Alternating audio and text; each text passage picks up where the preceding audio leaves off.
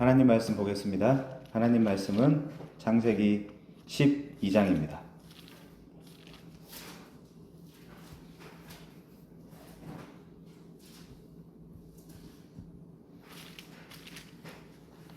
하나님 말씀 창세기 12장 1절부터 3절까지만 보겠습니다. 제가 봉독해 드리겠습니다. 창세기 12장 1절부터 3절입니다. 여호와께서 아브라함에게 이르시되 너는 너의 고향과 친척과 아버지의 집을 떠나 내가 내게 보여줄 땅으로 가라. 내가 너로 큰 민족을 이루고 내게 복을 주어 내 이름을 창대하게 하리니 너는 복이 될지라. 너를 축복하는 자에게는 내가 복을 내리고 너를 저주하는 자에게는 내가 저주하리니 땅의 모든 족속이 너로 말미암아 복을 얻을 것이라 하신지라. 아멘. 자, 제가 창세기의 족장 시리즈를 다룬다고 하고 사정상 얼마간의 시간이 지났지만 오늘부터 우리는 계속해서 아브라함과 그리고 이삭, 야곱, 요셉에 대해서 계속해서 한번 생각을 해보겠습니다. 마침내의 두 번째 시간입니다. 여러분, 본문을 잘 읽으셨습니까? 오늘 본문 12장 5절에 보시면 마침내라는 단어가 나오죠? 물론 이 단어는 원문에는 없습니다. 이것은 일종의 의역입니다. 한글 성경에는 번역자들이 본문의 문맥을 따라서 마침내라는 단어를 의도적으로 첨가했습니다. 이 단어를 문맥상 첨가하는 것이 좋겠다라고 그들은 판단한 것입니다. 그렇다면 과연 번역자들이 고심 끝에 이 마침내라는 단어를 이 본문에 삽입하기까지 그들의 고민은 과연 무엇이었을까요? 여러분은 어떤 글이나 영상에 마침내라는 단어가 나타나면 어떤 생각이 드십니까? 이 마침내라는 단어의 맛이라는 글자는 무엇인가를 끝내다라는 의미입니다. 그러니까 마침내라는 단어는 결국 바라던 무엇인가를 끝냈다라는 의미가 되는 것이죠. 유지경성이라는 사자성어가 있습니다. 이 성어의 의미는 뜻을 가진 이는 마침내 성공한다는 의미입니다. 오늘 본문의 아브라함은 분명 마침내 가나안 땅에 들어갑니다. 그렇다면 그가 가나안 땅에 들어가게 된 것은 결과적으로 누구의 뜻이었을까요? 그리고 이 성공은 과연 누구의 성공인 것일까요? 아브라함의 별명은 우리가 다 알다시피 믿음의 조상입니다. 그러면 그가 가진 이 믿음이라는 것이 과연 아브라함에게서 출발하고 그가 주도하고 그가 완성한 것일까요? 아니면 그가 믿음의 조상이라는 칭호를 받게 된 데에는 혹시 다른 원인이 있지 않을까요? 오늘은 여러분과 이 아브라함이 처음 갈대아 우르를 떠나서 가나안 땅까지 가는 일련의 과정을 우리가 추적을 해보면서 번역자들이 고심 끝에 이 마침내라는 단어를 첨가할 수밖에 없었던 그 이유에 대해서 한번 나눠보고자 합니다. 여러분, 흔히 창세기 1장부터 11장까지를 원역사, 태고사라고 합니다. 여기에는 최소한 수천 년의 인류 일반 역사가 기술되어 있어요. 크게는 창조사건, 타락사건, 홍수사건, 바벨탑 사건 등이 기록되어 있습니다. 그런데 11장 후반부터 등장하는 아브라함 한 개인의 일대기는 최소한 14~15장입니다. 그리고 이후에 창세기 50장까지도 사실상 이 아브라함의 아들이요 또 손자 또 증손자인 이삭, 야곱, 요셉의 이야기라고 할 수 있습니다. 그러니까 이 창세기 안에서만도 인류의 태고사를 정리한 수천 년의 내용을 기록한 1장부터 11장까지의 분량보다 아브라함과 그 4대의 가족에 관한 역사가 12장부터 50장까지로 분량면에서도 훨씬 더 많다는 이야기가 됩니다. 게다가 아브라함의 손자인 야곱에게서 나온 야곱의 12의 아들들은 성경의 마지막 책인 요한계시록에 이르기까지 이들로부터 파생된 사람들, 그리고 그들의 메시지의 이야기라고 해도 과언이 아닙니다.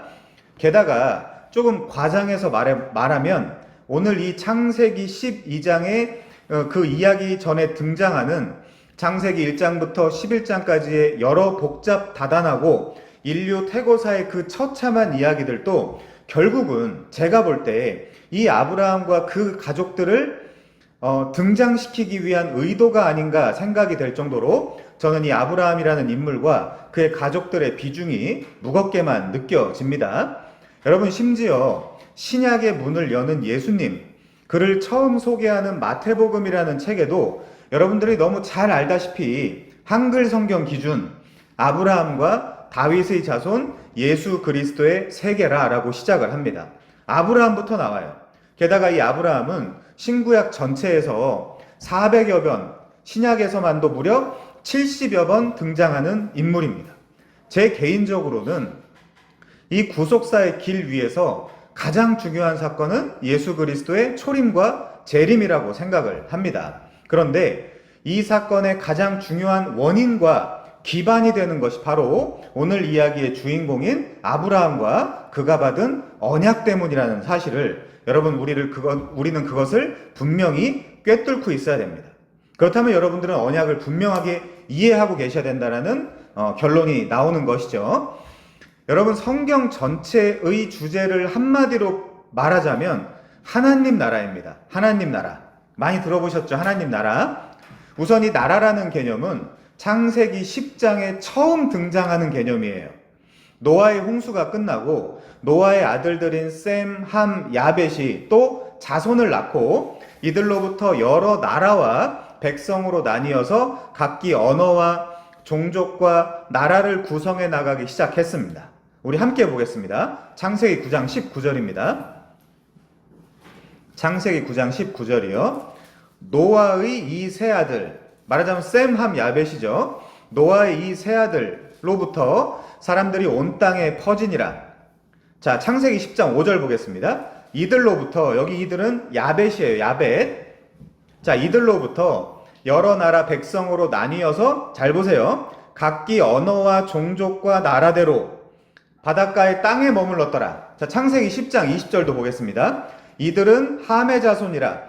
각기 족속과 언어와 지방과 나라대로였더라. 이거 사람들이 찬양할 때 계속 나오는 거잖아요. 그쵸? 근데 사람들이 과연 그 의미를 알고 부를까요? 찬양을? 자, 창세기 10장 31절입니다. 이들은 셈의 자손이니 그 족속과 언어와 지방과 나라대로였더라. 그 족속과 언어, 이 언어가 뭐예요? 이게 글로사, 방언이에요. 각 나라와 족속과 백성과 방언. 사람들이 노래는 많이 하는데 그 의미를 알고 부르겠냐고요. 그 오늘 우리 한번 찾아봅시다. 자, 그 족속과 언어와 지방과 나라대로가 계속해서 반복되고 있죠. 여러분, 인구가 늘어나면 사람들이 퍼져나가 사는 것은 당연하고 또한 마땅합니다. 그러나 태고사가 증명하는 인류는 아담과 하와의 타락과 부패, 그리고 대홍수 심판이 끝난 이후에도 증가하고 관영해지는 죄악의 풍파 속에서 소위 여호와의 이름을 부는 자들은 깔끔하게 사라지게 되었습니다. 당시 인류는 급기야 바벨탑, 지금으로 이야기하면 지구라트죠. 그 바벨탑을 쌓아서 흩어짐을 면하고, 자기 힘으로 흩어짐을 면하고 자신들의 이름을 내고자 했습니다. 이들은 하나님이 주시는 은혜와 복 안에서 생육하고 번성해야 했습니다. 그게 창조 명령이잖아요. 창세기 1장 28절에 나오는 생육하고 번성하고 충만하고 정복하고 다스리는 거. 그러나 이들은 그 하나님을 뺀 채로, 그 하나님을 거부한 채로 생육하고 번성해 나갔던 것입니다. 그건 뭐예요? 숫자만 늘어나는 거예요. 숫자만 계속해서 늘어나는 것입니다. 그 증거가 창세기 6장 2절에 보시면 이렇게 나와 있어요. 하나님의 아들들이 사람의 딸들의 아름다움을 보고 자기들이 좋아하는 여자를 아내로 삼았다. 이 성구에 이 의미가 정확하게 담겨 있습니다. 사람 숫자만 계속 불어나요. 그런데 말하자면 저주와 심판 아래에 있는 죽은 사람의 숫자만 계속해서 불어나는 것입니다. 지금도 마찬가지예요. 지금도 마찬가지입니다. 이후 홍수 심판이 왔죠. 하나님은 또 기회를 주시면서 하나님 안에서 생육하고 번성하라고 하셨습니다. 그게 노아 언약 창세기 8장 17절에 다시 한번 나와요. 그리고 창세기 9장 1절에도 또 나옵니다. 생육하고 번성하라고. 그러나 이들은 또 하나님을 반대한 채로 생육하고 번성한 것이었습니다. 점점 세상은 하나님을 모르고 그를 부정하고 부인하는 상황 속으로 내리 연속하여 곤두박질 치게 된 것입니다. 이런 상황 속에서 전 인류를 포함해 지금 아무것도 모르고 있는, 사실상 이런 사실에 아무런 관심도 그 어떤 필요도 못 느끼고 있는 아브라함이라는 한 사람을 택해서 그 한 사람을 하나님이 들어서 이 세상 나라와 완전히 다른 당신의 나라를 만들어야 되겠다라고 생각하신 분이 있습니다. 그분은 대홍수가 끝나고 노아를 통해 아버지인 노아의 허물과 죄를 덮어준 노아의 아들 셈의 족보에서 메시아가 나올 것이라고 계시하셨던 바로 우리의 하나님입니다. 자, 9장 26절 한번 보실래요? 9장 26절. 셈의 하나님 여호와를 찬송하리로다. 가나안은 셈의 종이 되고 하나님이 야벳을 창대하게 하사 셈의 장막에 거하게 하시고 가나안은 그의 종이 되게 하시기를 원하노라 하였더라. 이것이 사실상 메시아 언약이거든요. 메시아 언약. 자, 가나안은 함의 아들입니다. 그렇죠? 구스, 미스라임, 붓, 가나안. 이 가나안의 아들인 구스는 하나님을 대적하는 용감한 사냥꾼 니므롯을 낳았어요. 충천한 남성성을 가진 자예요. 성경에서의 남성성은 뭐라 그랬어요? 하나님을 대적하는 걸로 나타난다 그랬죠? 충천한 남성성을 가진 자입니다. 그리고 이 구스의 아들 니므롯이 바벨론이라는 나라를 만들었어요. 우리 함께 볼까요? 창세기 10장 6절입니다. 창세기 10장 6절. 함의 아들은 구스와 미스라임과 붓과 가나안이요. 자, 8절 9절도 한번 보겠습니다. 구스가 또 니므롯을 낳았으니 충천한 남성성을 가진 자. 그렇죠? 용사예요. 용사. 구스가 또 니므롯을 낳았으니 그는 세상의 첫 용사라. 그가 여호와 앞에서 용감한 사냥꾼이 되었으므로 속담에 이렇게 기록이 되어 있대요. 속담에 이르기를 아무개는 여호와 앞에 니므롯같이 용감한 사냥꾼이로다 하더라. 사람들이 그렇게 이야기한 거예요. 용감한 사냥꾼이 나오면 니므롯 같은 사람이네. 이런 별명이 생길 정도로, 이런 속담이 생길 정도로. 자, 10절도 볼게요. 10절 중요합니다. 그의 나라는 신할 땅의 바벨과, 이 신할 땅이 어디예요? 수메르예요. 수메르 문명이 뭐예요? 그게 메소포타 문명이에요. 메소포타미아가 어디예요? 갈대아 오릅니다. 거기가 바벨론이에요. 바벨론. 자, 이 니므롯에게서 10절 이하를 여러분들이 쭉 읽어보시면 아수르도 나오고요, 니느웨도 나오고요, 심지어 블레셋까지도 나왔던 것입니다. 훗날 이 나라들의 특징이 뭡니까, 여러분? 끝까지 아브라함과 이삭, 야곱의 자손인 이스라엘을 괴롭히는 대적자로 등장하는 나라들이에요. 그 출발이 바로 노아의 아들 함이었던 것입니다. 함이 받은 저주의 원인이 무엇입니까? 셈과 야벳은 아버지의 허물과 죄를 덮어주었어요.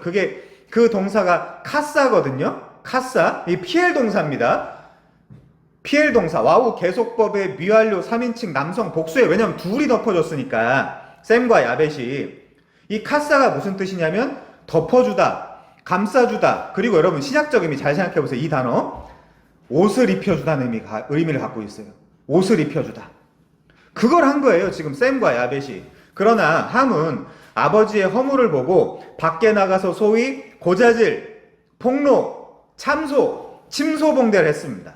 이 단순한 사건이 사실은 기독교의 근본 원리를 보여줘요. 기독교는 셈과 야벳의 행동처럼 죄를 덮어주고, 그 시편 32편 1절이죠. 그걸 나중에 사도 바울이 인용하면서 죄가 가리워짐을 받는 자는 복이 있다. 그 단어예요. 그 단어. 자, 기독교는 셈과 야벳의 행동처럼 죄를 덮어주고 은혜의 옷을 입혀주는 은혜 공동체, 용서 공동체라는 것입니다. 세상 나라의 왕은 니므롯이에요. 그가 바벨론을 세웠습니다. 이 세상 나라는 결코 은혜라는 원리가 작동하지 않습니다. 행하는 대로 갚는 원리, 약육강식의 원리가 작동하는 나라입니다. 여러분들도 학교, 직장, 가정, 심지어 교회에서도 이 은혜라는 단어, 이 은혜라는 개념이 어색하게 느껴지지 않습니까? 여러분들 누가 은혜로 받아줘요? 자, 이런 이 세상 나라와 완전히 반대의 원리, 용서 공동체, 은혜 공동체로서의 왕이 우리를 섬기고, 우리가 왕을 섬기고, 왕과 함께 또 다른 이웃을 나보다 낮게 혹은 높게 섬기는 나라, 바로 이 나라가 하나님 나라인데 하나님은 그 나라의 톨레도트, 계보를 셈의 라인, 셈의 족보에서 시작하시기로 셈의 족보를 선택하신 거예요. 그 족보에서 오신 우리의 대장 예수님이 뭐라고 얘기하세요? 나는 섬김을 받으러 온 것이 아니라 섬기러 왔다. 너희들도 그래 줄 수 없겠니? 그 이야기예요, 지금. 자, 그것이 여러분 한번 보십시오. 창세기 11장 10절 이하입니다. 창세기 11장 10절 이하에 보시면 셈, 아르박삿, 셀라, 에벨, 벨렉, 스룩을 거쳐서 나홀, 데라, 아브람, 즉 아브라함의 족보인 거예요. 이것 때문에 족보가 있는 거예요. 그래서 이 아브라함을 통해 시작되는 하나님의 나라와 이 대척점에 서 있는 바벨, 시날, 메소포타미아, 갈대아, 우르, 이 바벨론은 이후 성경의 마지막 책인 요한계시록의 그 끝까지 하나님의 백성들과 하나님 나라를 대적하는 세상 나라로 그려진 거예요. 세상 나라로. 그렇게 상징이 된 것이죠. 그러면 결국 하나님께서 오늘 갈대아 우르, 즉 바벨론에 사는 본문의 아브라함과 여러분에게 하시는 말씀이 뭡니까? 성경 전체를 축약하면, 자, 혼자 보겠습니다. 한번 들어주십시오. 예레미야 50장 8절에 보시면 너희는 바벨론 가운데서 도망하라. 거기서 나오라는 거예요. 갈대아 사람의 땅에서 나와라. 이겁니다. 예레미야 50장 8절. 그리고 요한계시록 18장 4절에도 이렇게 나와 있어요. 또 내가 들으니 하늘로부터 다른 음성이 나서 이르되 내 백성아 거기서, 이 거기서의 문맥은 바벨론이에요. 내 백성아 거기서, 그 바벨론에서 나와서 그의 죄에 참여하지 말고 그가 받을 재앙들을 받지 마라. 바로 이겁니다. 그럼 아브라함을 왜 택하셨겠어요? 하나님이 바벨론에서 나오라고. 그래서 하나님 나라 거기 들어오라고. 그게 5절에 마침내예요. 마침내. 자, 성부께서 독생자의 생명을 주셔서라도 택한 백성들을 향해 외치고 또 외치는 음성이 바로 바벨론, 즉 갈대아 사람의 땅에서 나오라는 거예요. 그들의 죄에 참여하지 말라는 거예요. 이 바벨론, 갈대아는 바로 여기 이 지점부터 하나님 나라와의 대척점, 즉 세상 나라의 가장 강력한 상징으로 성경 전체에 나타나고 있는 것입니다. 이들이 이 바벨을 시작으로 페르시아 제국, 그리고 헬라 제국, 로마 제국, 이런 식으로 계속해서 거대한 제국으로 재등장하고 있는 거예요. 똑같은 거예요. 의미는. 그것을 오늘날의 언어로 한마디로 표현하면 인본주의예요. 인간이 주인인 나라. 인간이 주인인 나라. 다른 말로 우상이죠. 자, 그런데 이러한 제국들과 완전히 반대인 나라가 창세기 11장까지 복선을 깔다가 12장으로부터 출발하는 하나님 나라인 것입니다. 그 첫 백성이 누구라고요? 아브라함.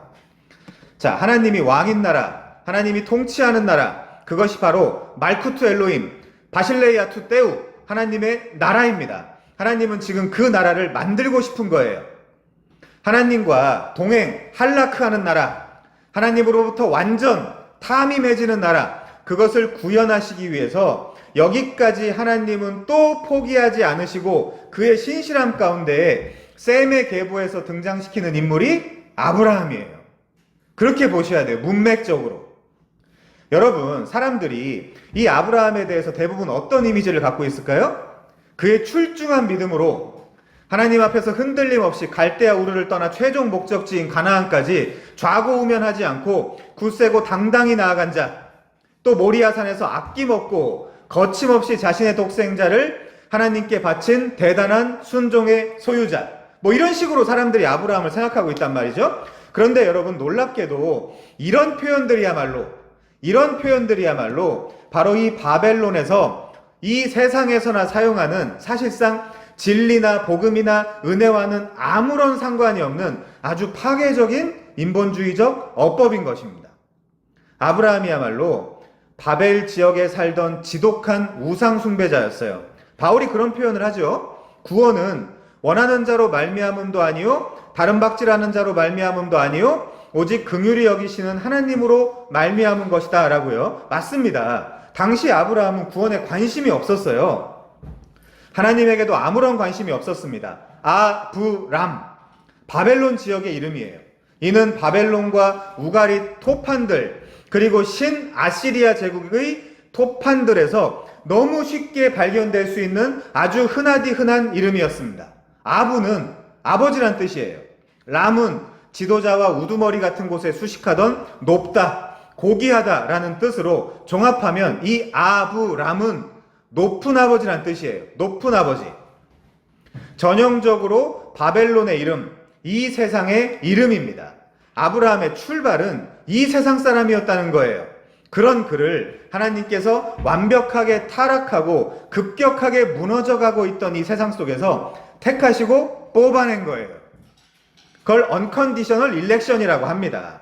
하나님이 당신의 나라, 사랑과 은혜의 공동체를 만들기 위해 매우 불성실하고 말할 수 없으리만큼 평범하며 엄청나게 비겁하고 몹시도 우유부단한 도무지 스스로의 힘으로 구원받기에 전혀 합당하지 못한 인물인, 여러분이 잘 아는 표현대로 하면 대충 한 9.5등급 정도 되는 사람을 뽑아다가 구원이 무엇인지를 지금 설명해 주는 거예요.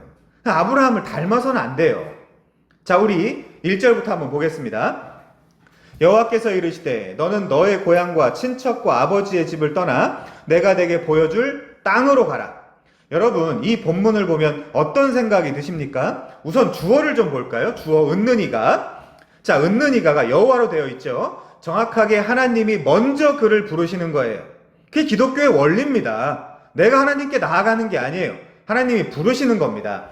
하나님이 먼저, 아브라함이 먼저 하나님을 찾아온 것이 아니죠. 그런데 이 부분만 보면 마치 여호와께서 아브라함에게 이 말씀을 지금 이 창세기 12장에서 처음 하신 것처럼 생각이 듭니다. 그렇죠? 그러나 우리가 성경을 전체적이고 입체적으로 살펴보면 얘기는 좀 달라집니다. 자, 여러분, 지금부터 좀 복잡할 수 있으니 잘 따라와 주시기 바랍니다. 자, 우리 함께 보겠습니다. 사도행전 7장입니다. 사도행전 7장 2절부터 3절입니다. 사도행전 7장 2절입니다. 스데반이 이르되 여러분 부형들이여 들으소서. 우리 조상 아브라함이 하란에 있기 전 메소포타미아에 있을 때에 영광의 하나님이 그에게 보여 이르시되 네 고향과 친척을 떠나 내가 내게 보일 땅으로 가라 하시니. 자, 스데반은 지금 자기 생각을 말하는 것이 아닙니다. 창세기 12장의 진정한 저자이시오 이 인류 역사를 모두 손바닥 보듯 꿰뚫고 있는 성령의 충만함으로 스데반은 지금 회중 앞에서 소위 설교를 하고 있어요. 그래서 사도행전 6장 10절에 보면 스데반을 이렇게 표현해요. 스데반이 지혜와 성령으로 말함을 그들이 능히 당하지 못하며, 이렇게 표현이 되고 있어요. 자, 그렇다는 것은 이 스데반은 적어도 지금 성령을 통해, 그렇죠? 성령을 통해 창세기 12장의 행간에, 12장의 그 행간에, 그 문맥에 어떤 일이 있었는지를 정확하게 알고 있다는 이야기가 됩니다. 성령과 함께하고 있으니까요. 우리가 볼 때는 12장 1절, 즉 하나님께서 아브라함에게 네 고향과 친척과 아버지의 집을 떠나라고 말씀하신 것이 마치 지금 처음 말씀하신 것 같지만 스데반의 설교에 의해서 우리는 이 사건을 재구성하게 돼요. 재구성하게 돼요. 자, 사도행전 7장 4절을 또 보시면요. 아브라함이 갈대아 사람의 땅, 갈대아 우르를 떠나 하란에 거하다가 그의 아버지가 죽음에 하나님이 그를 거기서 너희 지금 사는 이 땅 가나안으로 옮기셨느니라라고 말해요. 이 말은 아브라함의 최초 출발지가 하란이 아니라 메소포타미아, 즉 갈대아인의 우르였다는 것입니다. 그런데 오늘 본문 창세기 12장의 배경은 분명 하란이에요. 자, 다시 한번 보겠습니다. 자, 우리 창세기 11장 32절을 한번 보죠. 창세기 11장 31절부터 보겠습니다.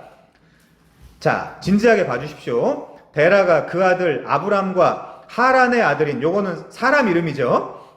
아브람과 하란의 아들인 그의 손자 롯과 그의 며느리인 아브라함의 아내 사레를 데리고 갈대아인의 우르를 떠나 가나안 땅으로 가고자 하더니 하란에 이르러 거기 거류하였으며 데라는 나이가 205세가 되어 하란에서 죽었더라.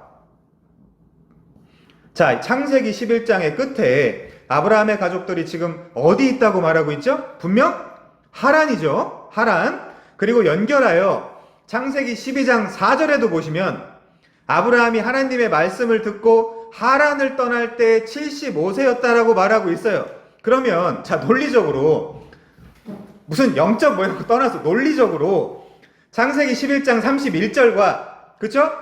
그리고 창세기 12장 4절 그 중간인 12장 1절부터 3절에서 하나님이 지금 언약을 주시는 지리적 배경이 어디였다는 거예요? 하란이었다는 거죠. 갑자기 내려와가지고 메소포타미아에서 그 얘기 듣고 다시 올라가진 않았을 거 아닙니까? 그런데 아까 스데반은 분명 우리 조상 아브라함이 하란에 있기 전 어디요? 메소포타미아에 있을 때에 영광의 하나님이 그에게 보여 이르시되 네 고향과 친척을 떠나, 아버지의 집은 없어요 여기, 네 고향과 친척을 떠나 내가 내게 보일 땅으로 가라 라고 말했지 않습니까? 그렇다는 것은 분명 하나님이 아브라함이 지금 이 12장의 지리적 배경, 즉 하란에 있기 전에 메소포타미아, 즉 갈대아 사람의 땅에 있을 때 언젠가 그 전에도 나타나셔서 그 땅 갈대아 우르를 떠나라고 하신 적이 있다는 것입니다. 그럼 하란은 뭐예요?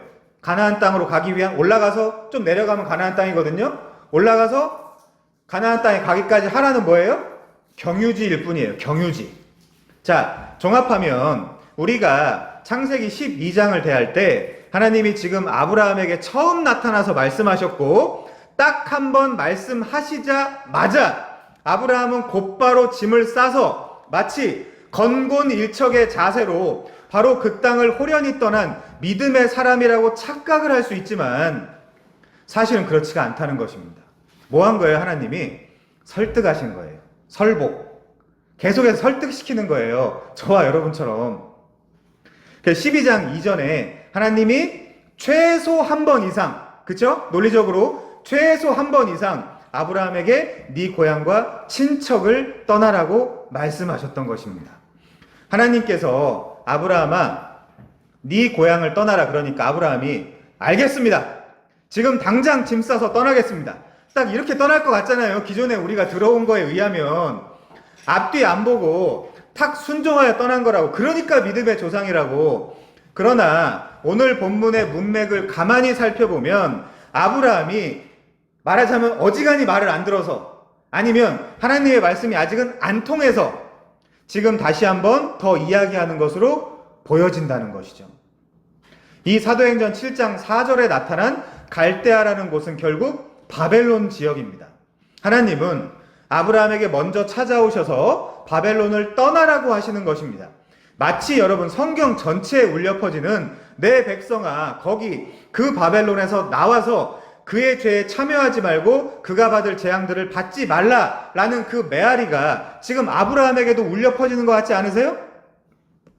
자, 이 바벨론 땅에서 고대 조상들은 바벨탑을 쌓았습니다. 그렇죠? 자, 그들은 죄악된 상태로 흩어짐을 면하고자 했지만 하나님은 자신을 대적하며 스스로 높아지려는 상태로 모여있는 것을 그들을 두고 볼 수가 없었어요.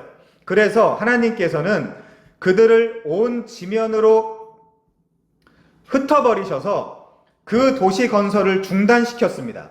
그게 창세기 11장 8절이에요. 그러나 바벨탑 건설에 대한 심판으로 그 형벌로 주어진 이 흩어버리심은 결코 복된 상태라고 이야기할 수 없죠. 하나님의 이 흩어버리심은 사실상 저주와 심판의 상태인 거예요. 그대로 있으면 안 돼요. 자, 여러분 잘 들으세요. 그래서 훗날 성령 강림 때에 이때 받은 저주, 말하자면 즉 언어의 혼잡 때문에 민족들이 뿔뿔이 흩어진 저주와 심판의 상태가 예수의 죽음과 장사 지냄 그리고 부활 그리고 50일 후인 오순절날 성령 강림날에 바로 잡힌 거예요. 바로 잡힌 거. 그래서 그날 뭐가 회복돼요? 첫 번째로 언어가 회복된 거예요. 이들이 언어가 회복된 거예요. 창세기 11장에 나왔던 나라와 백성과 방언, 10장 11장에 나왔던 나라와 백성과 방언, 즉 모두가 하나님의 복음을 각 나라의 언어로 자기들끼리는 이야기를 하더라도 같은 공동체 안에서는 그게 들리는 거예요. 그래서 회복의 상태, 복된 상태가 시작되었다는 뜻입니다.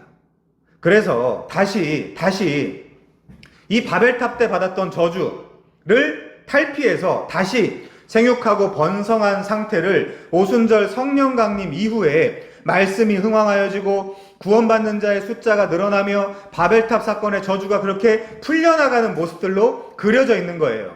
서로 외국인인데도 진리로 소통을 할 수 있는 바로 그 언어를 사용한 것이죠. 그것이 교회입니다. 교회는 하나님의 큰 일, 마그날리아 데이를 가지고 하나님이 하신 큰 일, 마그날리아 데이, 그걸 가지고 서로 나누는 공동체예요. 교회가. 이 자들만 이 언어를 알아들을 수 있어요. 누가 우리의 이야기를 알아들을 수 있겠습니까? 영어든 불어든 화란어든 일본어든. 하나님은 미리 그것을 바라보시며 지금 누구를 부르는 거예요? 아브라함을 부르는 거예요. 이거 회복하자. 아브라함아, 창세기 11장 이 사건 회복하자. 너한테 주는 그 언약을 통해서, 네 후손을 통해서 회복하자. 그거예요. 지금 성경 전체의 이야기가.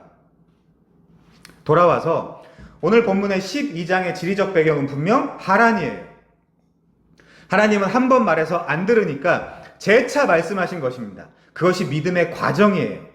물론 넓은 의미에서 하란도 갈대아인의 땅이긴 하지만 분명한 것은 이 하란 땅에 오기 전 여러분이 더 잘 알고 있는 익숙한 이름의 땅, 즉 갈대아인의 우르에서 아브라함이 살고 있었을 때 하나님은 전에 먼저 찾아와 언젠가 이 땅을 떠나라고 말씀하신 적이 있다는 것입니다.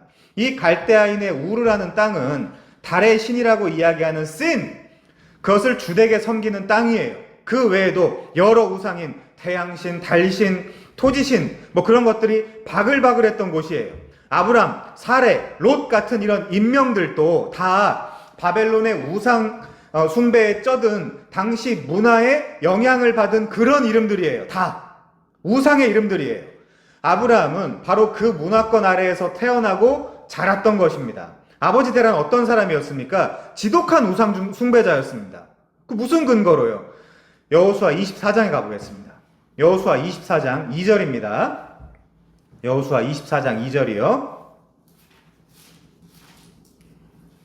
여호수아가 모든 백성에게 이르되 이스라엘의 하나님 여호와께서 이같이 말씀하시기를 옛적에 너희 조상들 곧 아브라함의 아버지 나홀의 아버지 데라가 강 저쪽에 거주하여 다른 신들을 섬겼으나 내가 너희의 조상 아브라함을 강 저쪽에서 이끌어내어 가나안 온 땅에 두루 행하게 하고 그 씨를 번성하게 하려고 그에게 이삭을 주었으며.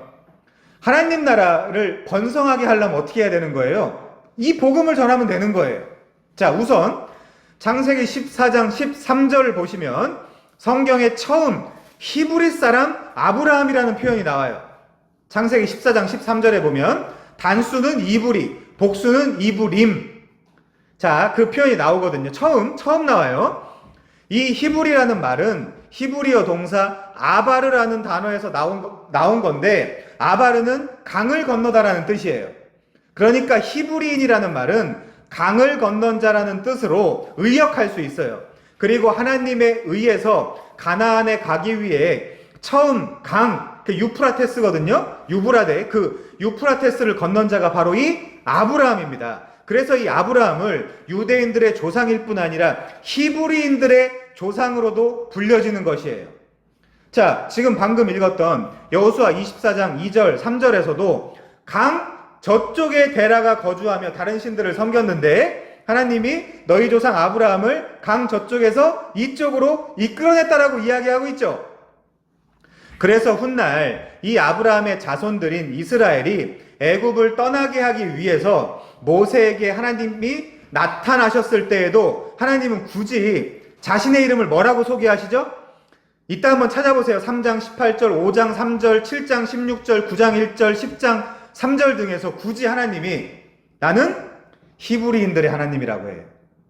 강을 건넌 자들의 하나님이다. 이렇게 이야기를 하는 거예요. 그러면 이건 무슨 복선일까요? 14장에서 너희의 조상 아브라함처럼 너희들도 너희 이스라엘도 곧 강을 건너야 된다는 거예요. 무슨 강이요? 첫 번째, 애굽에서 나와서 홍해. 그렇죠? 홍해 건너서 광야로 들어가고요. 광야에서 두 번째, 요단강 건너서 가나안 땅에 들어가고요.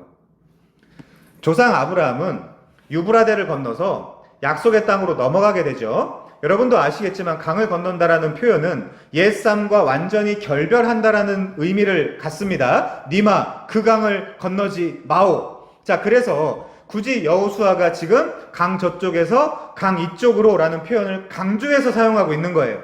자, 근데 중요한 것은 이것입니다. 스데반도 하나님이 아브라함을 이 땅으로 옮기셨다라고 표현하고 있는 것과 똑같이 여호수아도 아브라함을 하나님이 이끌어냈다라고 표현하고 있는 사실이죠. 그렇다면 아브라함은 본인 스스로의 믿음을 갖고 갈대아 우르와 하란을 떠난 것이 아니라는 결론을 우리가 도출하게 되는 거죠. 자, 여기 여호수아 24장 2절을 잘 보시면 너희의 조상들이라는 표현은 복수 형태입니다. 이 말은 아브라함의 아버지 데라 혼자만 우상을 섬기고 숭배했다는 말이 아니라 데라의 가족들 모두가 그 영향권 아래 있었다라는 말을 하고 있는 것이거든요.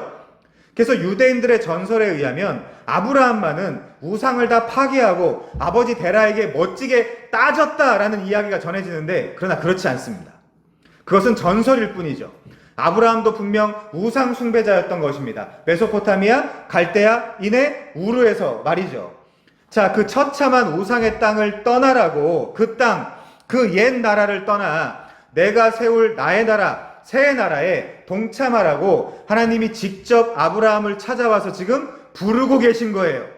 저와 여러분도 마찬가지입니다. 그래서 메 아르체카, 고향이죠. 몰레데트, 친척이죠. 밉 베이트 아비카, 아버지의 집을 떠나라는 거예요.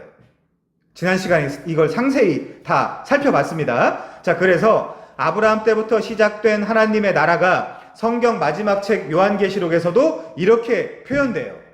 요한계시록 11장 15절에 제가 읽어드릴게요. 세상 나라가, 잘 들어보세요. 세상 나라가 우리 주와 그리스도의 나라가 되어 그가 세세토록 왕노릇하시리로다.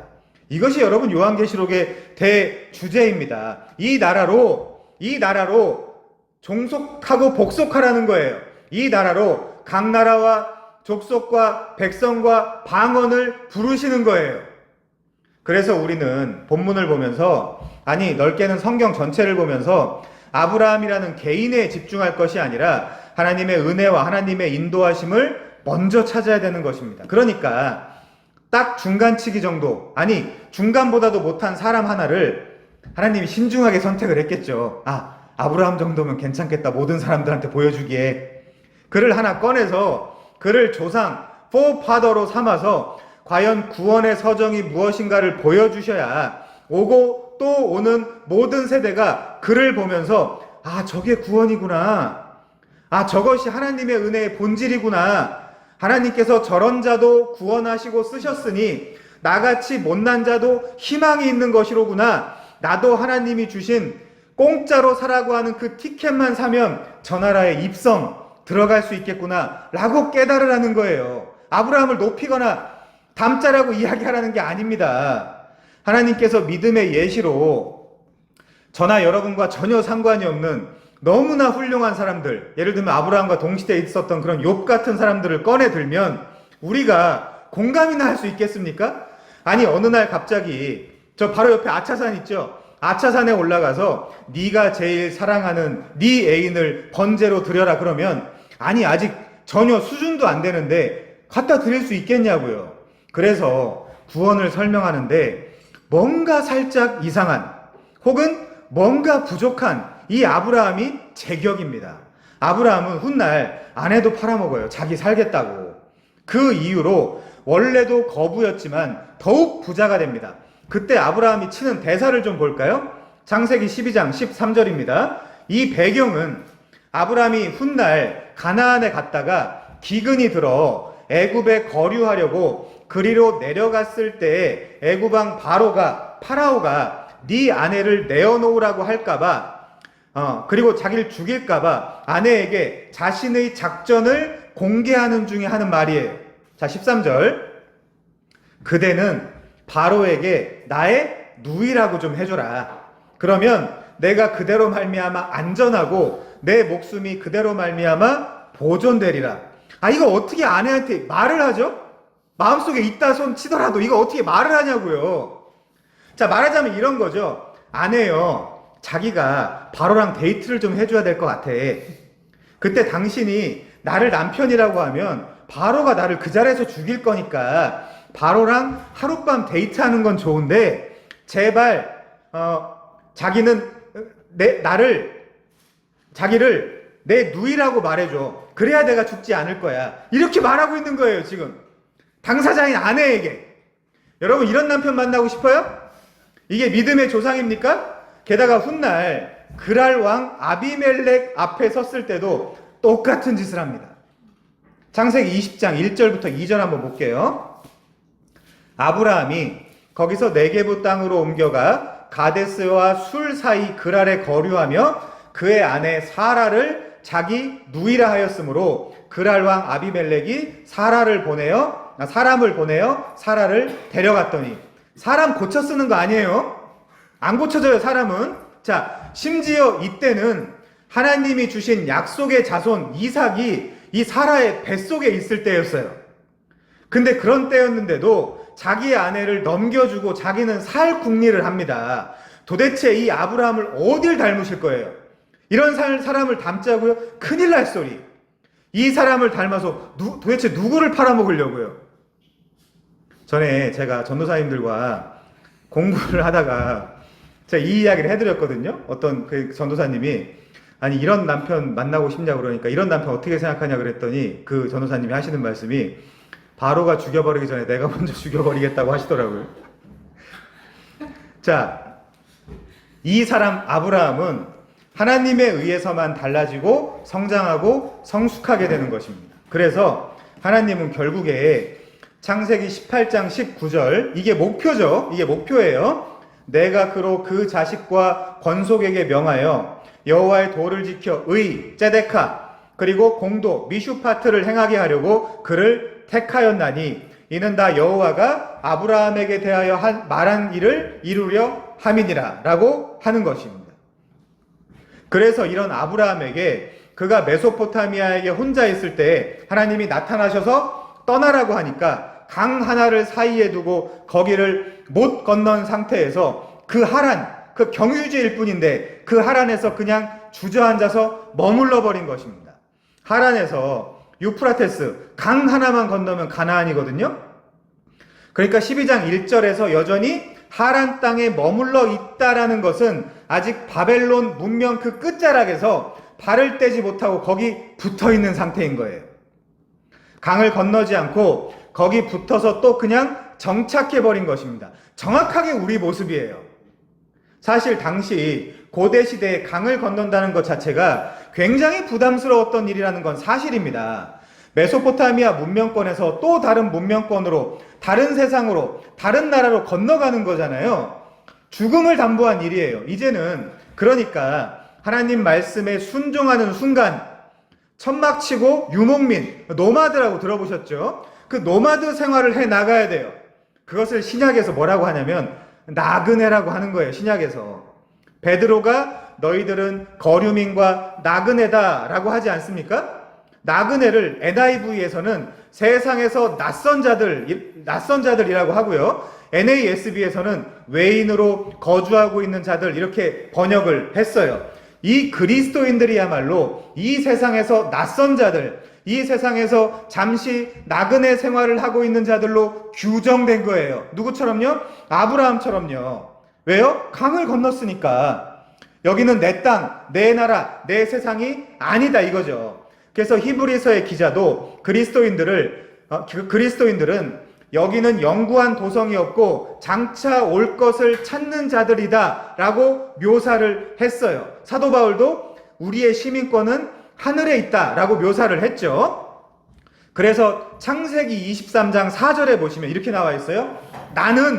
여기 나는 누구겠어요? 문맥적으로 아브라함이에요. 창세기 23장 4절, 나는 당신들 중에 나그네요 거류하는 자이니, 요거 이제 번역하면 남의 나라에 임시로 잠깐 살고 있는 자, 그런 뜻이에요. 자, 이 말은 아내 사라가 죽고 가나안 땅에서 마므레 앞 막벨라에 있는 에브론의 밭을 사기 직전에 한 말이에요. 그러니까 나그네로 살면서 구원의 서정이 무엇인지 본인도 알고 이후 모든 사람에게 그의 신앙 여정을 통해서 가르쳐 주는 것이죠. 그래서 히브리서 11장 9절에 보시면 믿음으로 그가 이방 땅에 있는 것 같이 약속의 땅에 거류하여 동일한 약속을 유업으로 받은 이삭 및 야곱과 더불어 장막에 거하였으니, 천막치고 살았다는 얘기예요. 노마드, 유목민. 이는 그가 하나님이 계획하시고 지으실 터가 있는 성을 바라봤음이니라. 하늘에 있는 도성 예루살렘이죠. 하늘 도성 예루살렘. 즉 점점 더 본향을 사모하는 자로 하나님이 만들어 가셨다라는 뜻입니다. 여러분들한테 한번 여쭤볼게요. 이 세상이 너무너무 행복해요. 그러면 본향을 바라보겠습니까, 우리가? 아니죠. 그래서 우리가 이렇게 살고 있는 거예요. 자, 1절에는 지시할 땅이라고 되어 있어요. 그렇죠? 지시할 땅. 지시한 땅에 가는 것은 어떤 면에서 할만하죠? 대충 목표를 세워서 내 계획과 청사진을 가지고 머리 굴려서 가면 그뿐이니까요. 그런데 지시할 땅이라는 이 간단한 표현 안에 전제되어 있는 아주 중요한 원리 하나가 있습니다. 지시한 땅이 아닌 지시할 땅이 미완료거든요. 이 지시할 땅으로 가라는 것은 뭐예요? 또 나랑 같이 가야 돼, 그 뜻이죠. 계속해서 얘기를 들어야 될 거 아닙니까? 그러니까 이것은 항상 하나님과 동행해야 한다라는 뜻이며, 하나님의 입장에서 야, 어차피 네가 가야 될 그 길, 그 누구보다 내가 제일 잘 알거든? 그리고 너에 대해서도 그 누구보다 내가 제일 잘 알거든.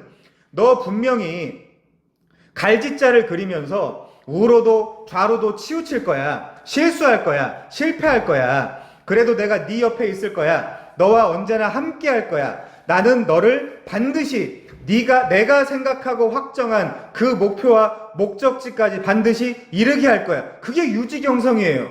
그게 마침내예요. 그게 가나안 땅입니다. 약속의 땅.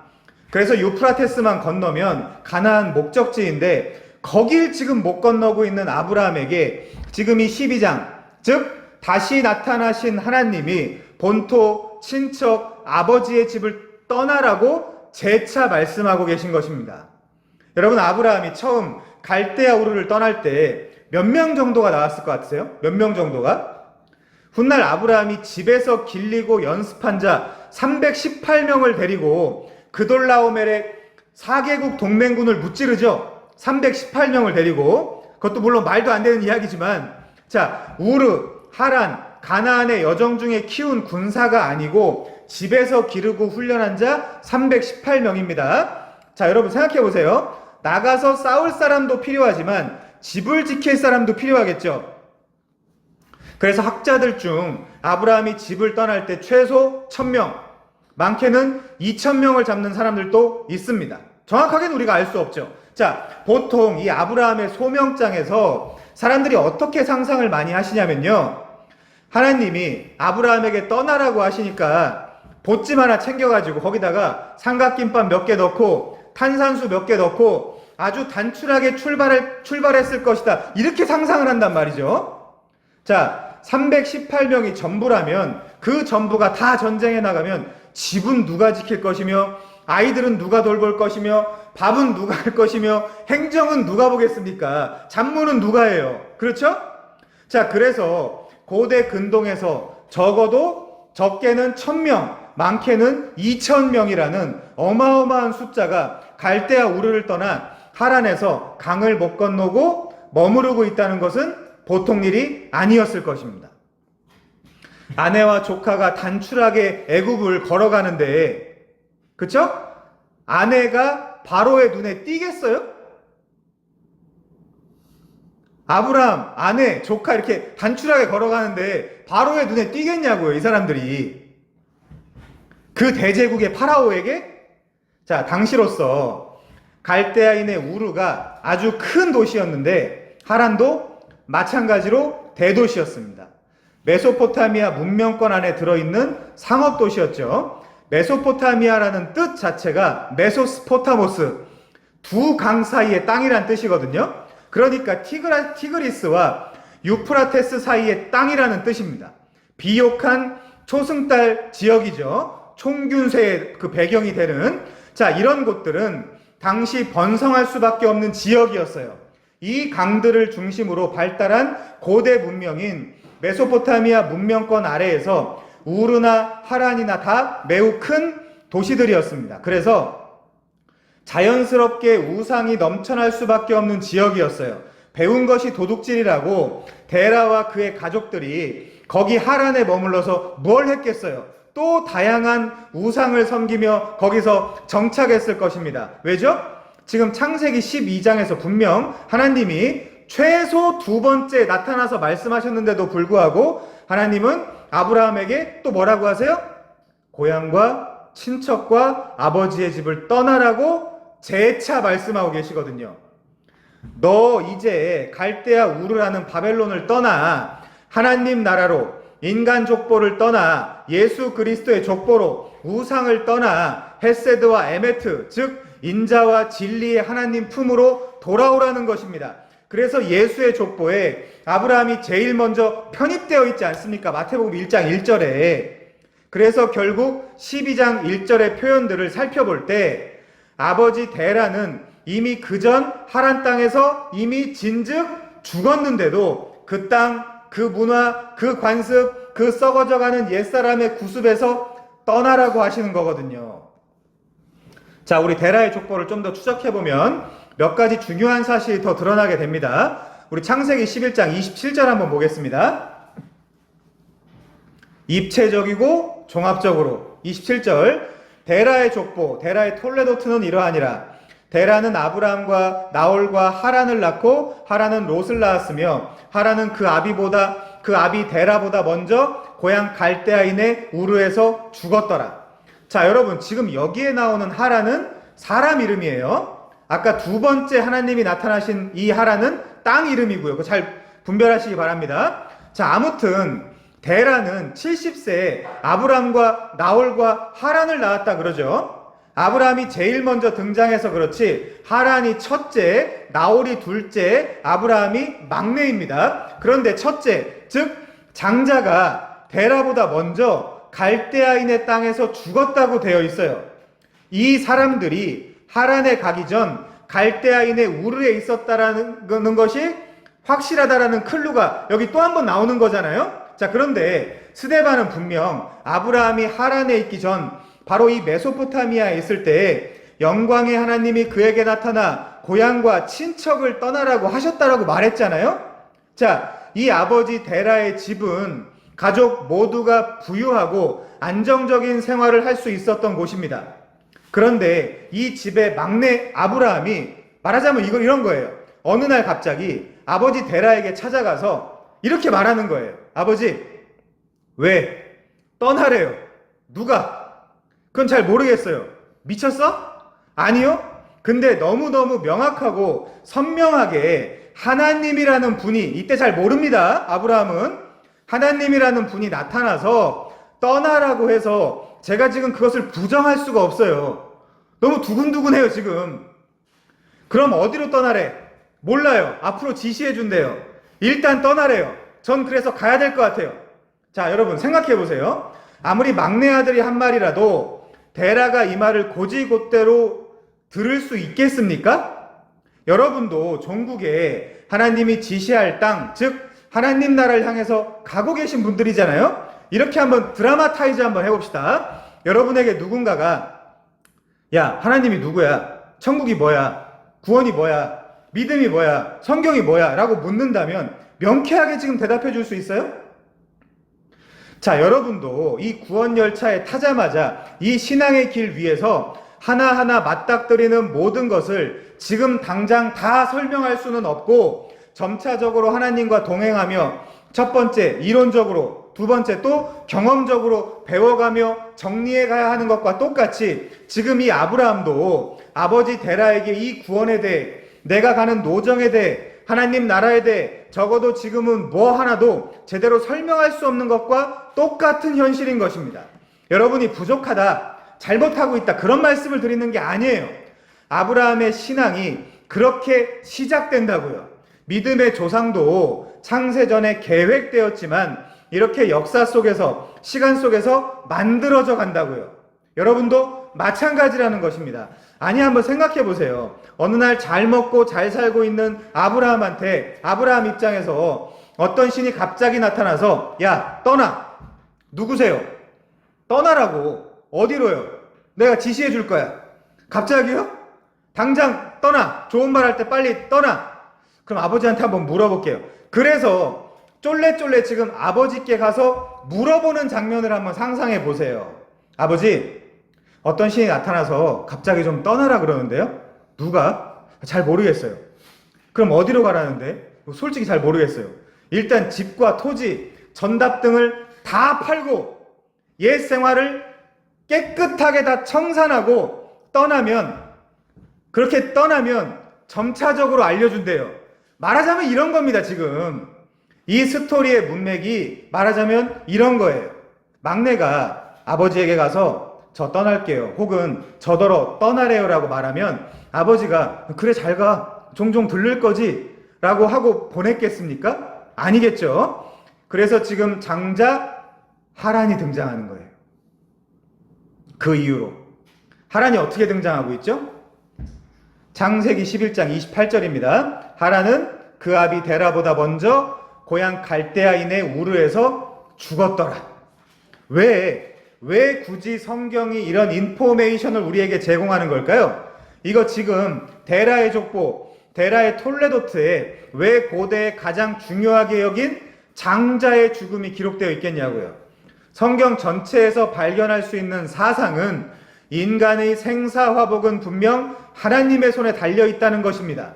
그런데 왜 아브라함이 우르에서 고향과 족보를 떠나라는 명령을 받는 이 문맥에 뜬금없이 맏형이 그리고 장자의 죽음이 그려져 있을까요?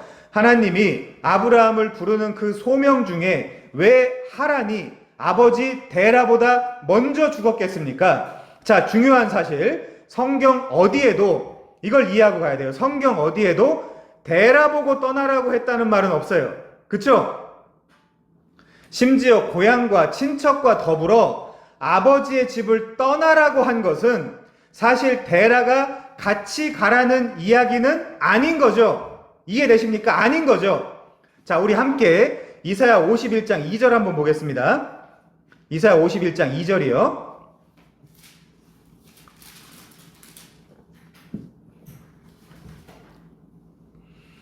너희의 조상 아브라함과 너희를 낳은 사라를 생각하여 보라. 아브라함이 혼자 있을 때에 내가 그를 부르고 그에게 복을 주어 창성하게 하였느니라. 하나님이 데라에게 나타난 것이 아니고요. 아브라함이 혼자 있을 때에 나타나신 것입니다. 그런데 그 말을 집을 떠나려면 데라에게 하긴 해야 되겠죠. 논리적으로 하긴 해야 될 거 아닙니까? 그런데 창세기 11장 31절은 갑자기 가족들 전부를 주어가 데라라고 되어 있어요. 데라가 데리고 나갔다라고 말합니다. 자, 이것은 떠나라고 말도 안 한 데라의 심경에 어떤 큰 충격이 있었다는 뜻이에요. 그것이 장자의 죽음입니다. 데라는 막내 말대로 진짜 떠났어야 됐나? 를 고민했던 것입니다. 그런데 하나님 입장에서 데라도 같이 약속의 땅에 데려갈 요량이었다면, 그쵸? 요량이었다면 11장 32절 하란에서 데라가 죽는 것을 막으셨겠죠? 못 막았을까요, 하나님이? 그렇게 우리가 허전한 신을 믿고 있나요? 자, 가나안까지 데라도 데려가려고 했는데 하란에서 뭐 늙었든 어쨌든 죽어버렸고, 이게 하나님 입장에서 어쩔 수 없는 일이었을까요? 아니죠. 우리가 하나님을 그렇게 인식할 수는 없죠. 고작 그 정도 되는 하나님을 믿겠다고 지금 우리가 여기 모여 있는 거 아니죠? 자, 이어서 함께 11장 29절부터 30절을 보겠습니다. 아브람과 나홀이 장가들었더니 아브람의 아내의 이름은 사레며 나홀의 아내의 이름은 밀가니 하란의 딸이요 하란은 밀가의 아버지이며 또 이스가의 아버지더라. 사레는 임신을 하지 못하므로 자식이 없었더라. 자, 또 하나의 문제가 있습니다. 굳이 기록된 거예요. 사랑하는 며느리 사레가 임신을 못하고 있는 거예요. 이런 얘기는 굳이 왜 써 있을까요? 이것을 설상가상, 병상천병, 화불단행이라고 합니다. 뭐죠? 엎친 데 덮친 격이라고. 데라 입장에서 자신보다 먼저 자신의 장자가 갈대아 우르에서 죽었어요. 게다가 며느리가 무슨 짓을 해도 임신이 안 돼요. 자, 고대 근동의 문화에서는 이 모든 것을 신의 저주로 여겼습니다. 장자의 죽음, 며느리의 불임. 게다가 이 사람들이 지금 뭐 하는 사람들이에요? 우상숭배자들이죠? 종교심이 투철한 사람들이죠? 자, 종교심이 투철한 사람일수록 이런 사건들을 신의 저주로 연결하기가 더 쉽단 말이죠. 그래서 이런 정도 충격을 받고 너는 오라 라는 말을 하지도 않았는데 데라가 지금 솔선하여 혹은 주도하여 가족들을 전부 다 데리고 소위 갈대아 우르를 드디어 떠나게 된 것입니다. 그럼 아브라함은요? 믿음의 자손이에요? 믿음의 조상이에요, 아브라함이? 닮아요? 아니요. 떠난 것도 주도하지 못했어요. 그런 사람이에요. 자, 창세기 11장 31절 보겠습니다. 데라가, 은느니가 주어져, 서브젝트. 그 아들 아브람과 하란의 아들인 그의 손자 롯과, 아브라함에게는 조카가 되겠죠. 그의 며느리 아브라함의 아내 사레를 데리고, 자, 중간 다 빼버리면 주어랑 동사만 보면 데라가 데리고죠. 데라가 데리고 갈대아인의 우르를 떠나 가나안 땅으로 가고자 하더니 하란에 이르러 거기 거류하였으며, 여러분 말로 멘붕 상태가 된 것입니다. 그래서 데라는 오라는 말도 없는데 데라가 가족들을 다 데리고 떠난 거예요. 제가 지금 이 데라 이야기를 하려고 하는 게 아니라 아브라함을 본받을 것이 없다, 이거 변증하고 있는 거예요. 지금 그냥 끌려가는 거예요, 아브라함은. 자, 자식의 죽음과 며느리의 불임 때문에 간 것이죠. 당시 이 문제는 다시 말씀드리지만 쉽게 넘어갈 수 있는 문제가 아니었습니다. 신을 섬기는 자들이 신의 저주가 임했다라고 생각하고 부랴부랴 짐을 싸서 일단 그냥 떠난 것입니다. 넌 오라는 말이 없었다니까요. 만약 그랬다면 데라가 왜 하란에서 죽었겠습니까? 그렇죠? 결국 아브라함이 본토와 친척을 떠나긴 해야겠으니까 데라에게 말했고, 데라는 그때도 계속 아브라함을 소위 붙잡아둔 것입니다. 그러다가 큰 아들이 먼저 세상을 떠나고 며느리도 불임이 되자 신의 저주라고 생각하여 이번에는 데라가 주도해서 갈대아인의 우르를 모두 다 데리고 떠난 것입니다. 그때 믿음의 조상 아브라함은 아무것도 안 하고 또 못하고 우유부단하게 미적거리고 있었다. 이것이 정답이에요. 믿음의 조상, 나아가 믿음의 사람은 한순간에 만들어지는 것이 전혀 아닙니다. 우리의 인생이 그렇잖아요. 지금까지 오는데 얼마나 힘드셨습니까? 지금까지 오는데 얼마나 많은 일들이 있었어요. 하나님이 여러분들을 터치하신. 그래서 우리의 신분은 분명 예수를 믿는 즉시 하나님의 자녀가 됩니다. 그것은 사실이에요. 그러나 내 삶과 인생, 내 시간과 역사 속에서 실제 하나님이 어떤 분이신지 배워가고 알아가는 데에는 아주 오랜 시간이 걸립니다. 그래서 여러분들이 과거를 생각해보면 이불킥 할 일들이 수도 없이 많고요. 지워버리고 싶은 흑역사들이 그렇게 많은 거예요. 저도 마찬가지입니다. 창세기 11장 31절에는 그래서 분명 데라가 가나안 땅으로 가고자 하더니 라고 되어 있지만 이것은 전지적 작가 시점에서 고향과 자신의 집을 떠난 것에 대한 표현이지, 데라도 아브람도 자기들이 갈 곳이 정확히 가나안 땅일 것이라고는 당시 생각할 수 없었습니다. 만약에 그렇다면 굳이 12장 1절에서 내가 앞으로 지시할 땅으로 가라는 표현이 나타날 이유가 없겠죠. 이들은 처음에 울며 겨자 먹기로 떠난 것입니다. 술술 인생이 풀렸다면, 그리고 그런 인생 속에서 하나님이 나타나 강권적으로 아브라함과 그의 인생 속에 역사하지 않으셨다면, 이대로 삶이 목마름도 없고 갈급함도 없고 결핍도 없었다면 그들이 그곳 바벨론을 떠났겠습니까? 그렇지 않겠죠. 저도 마찬가지입니다.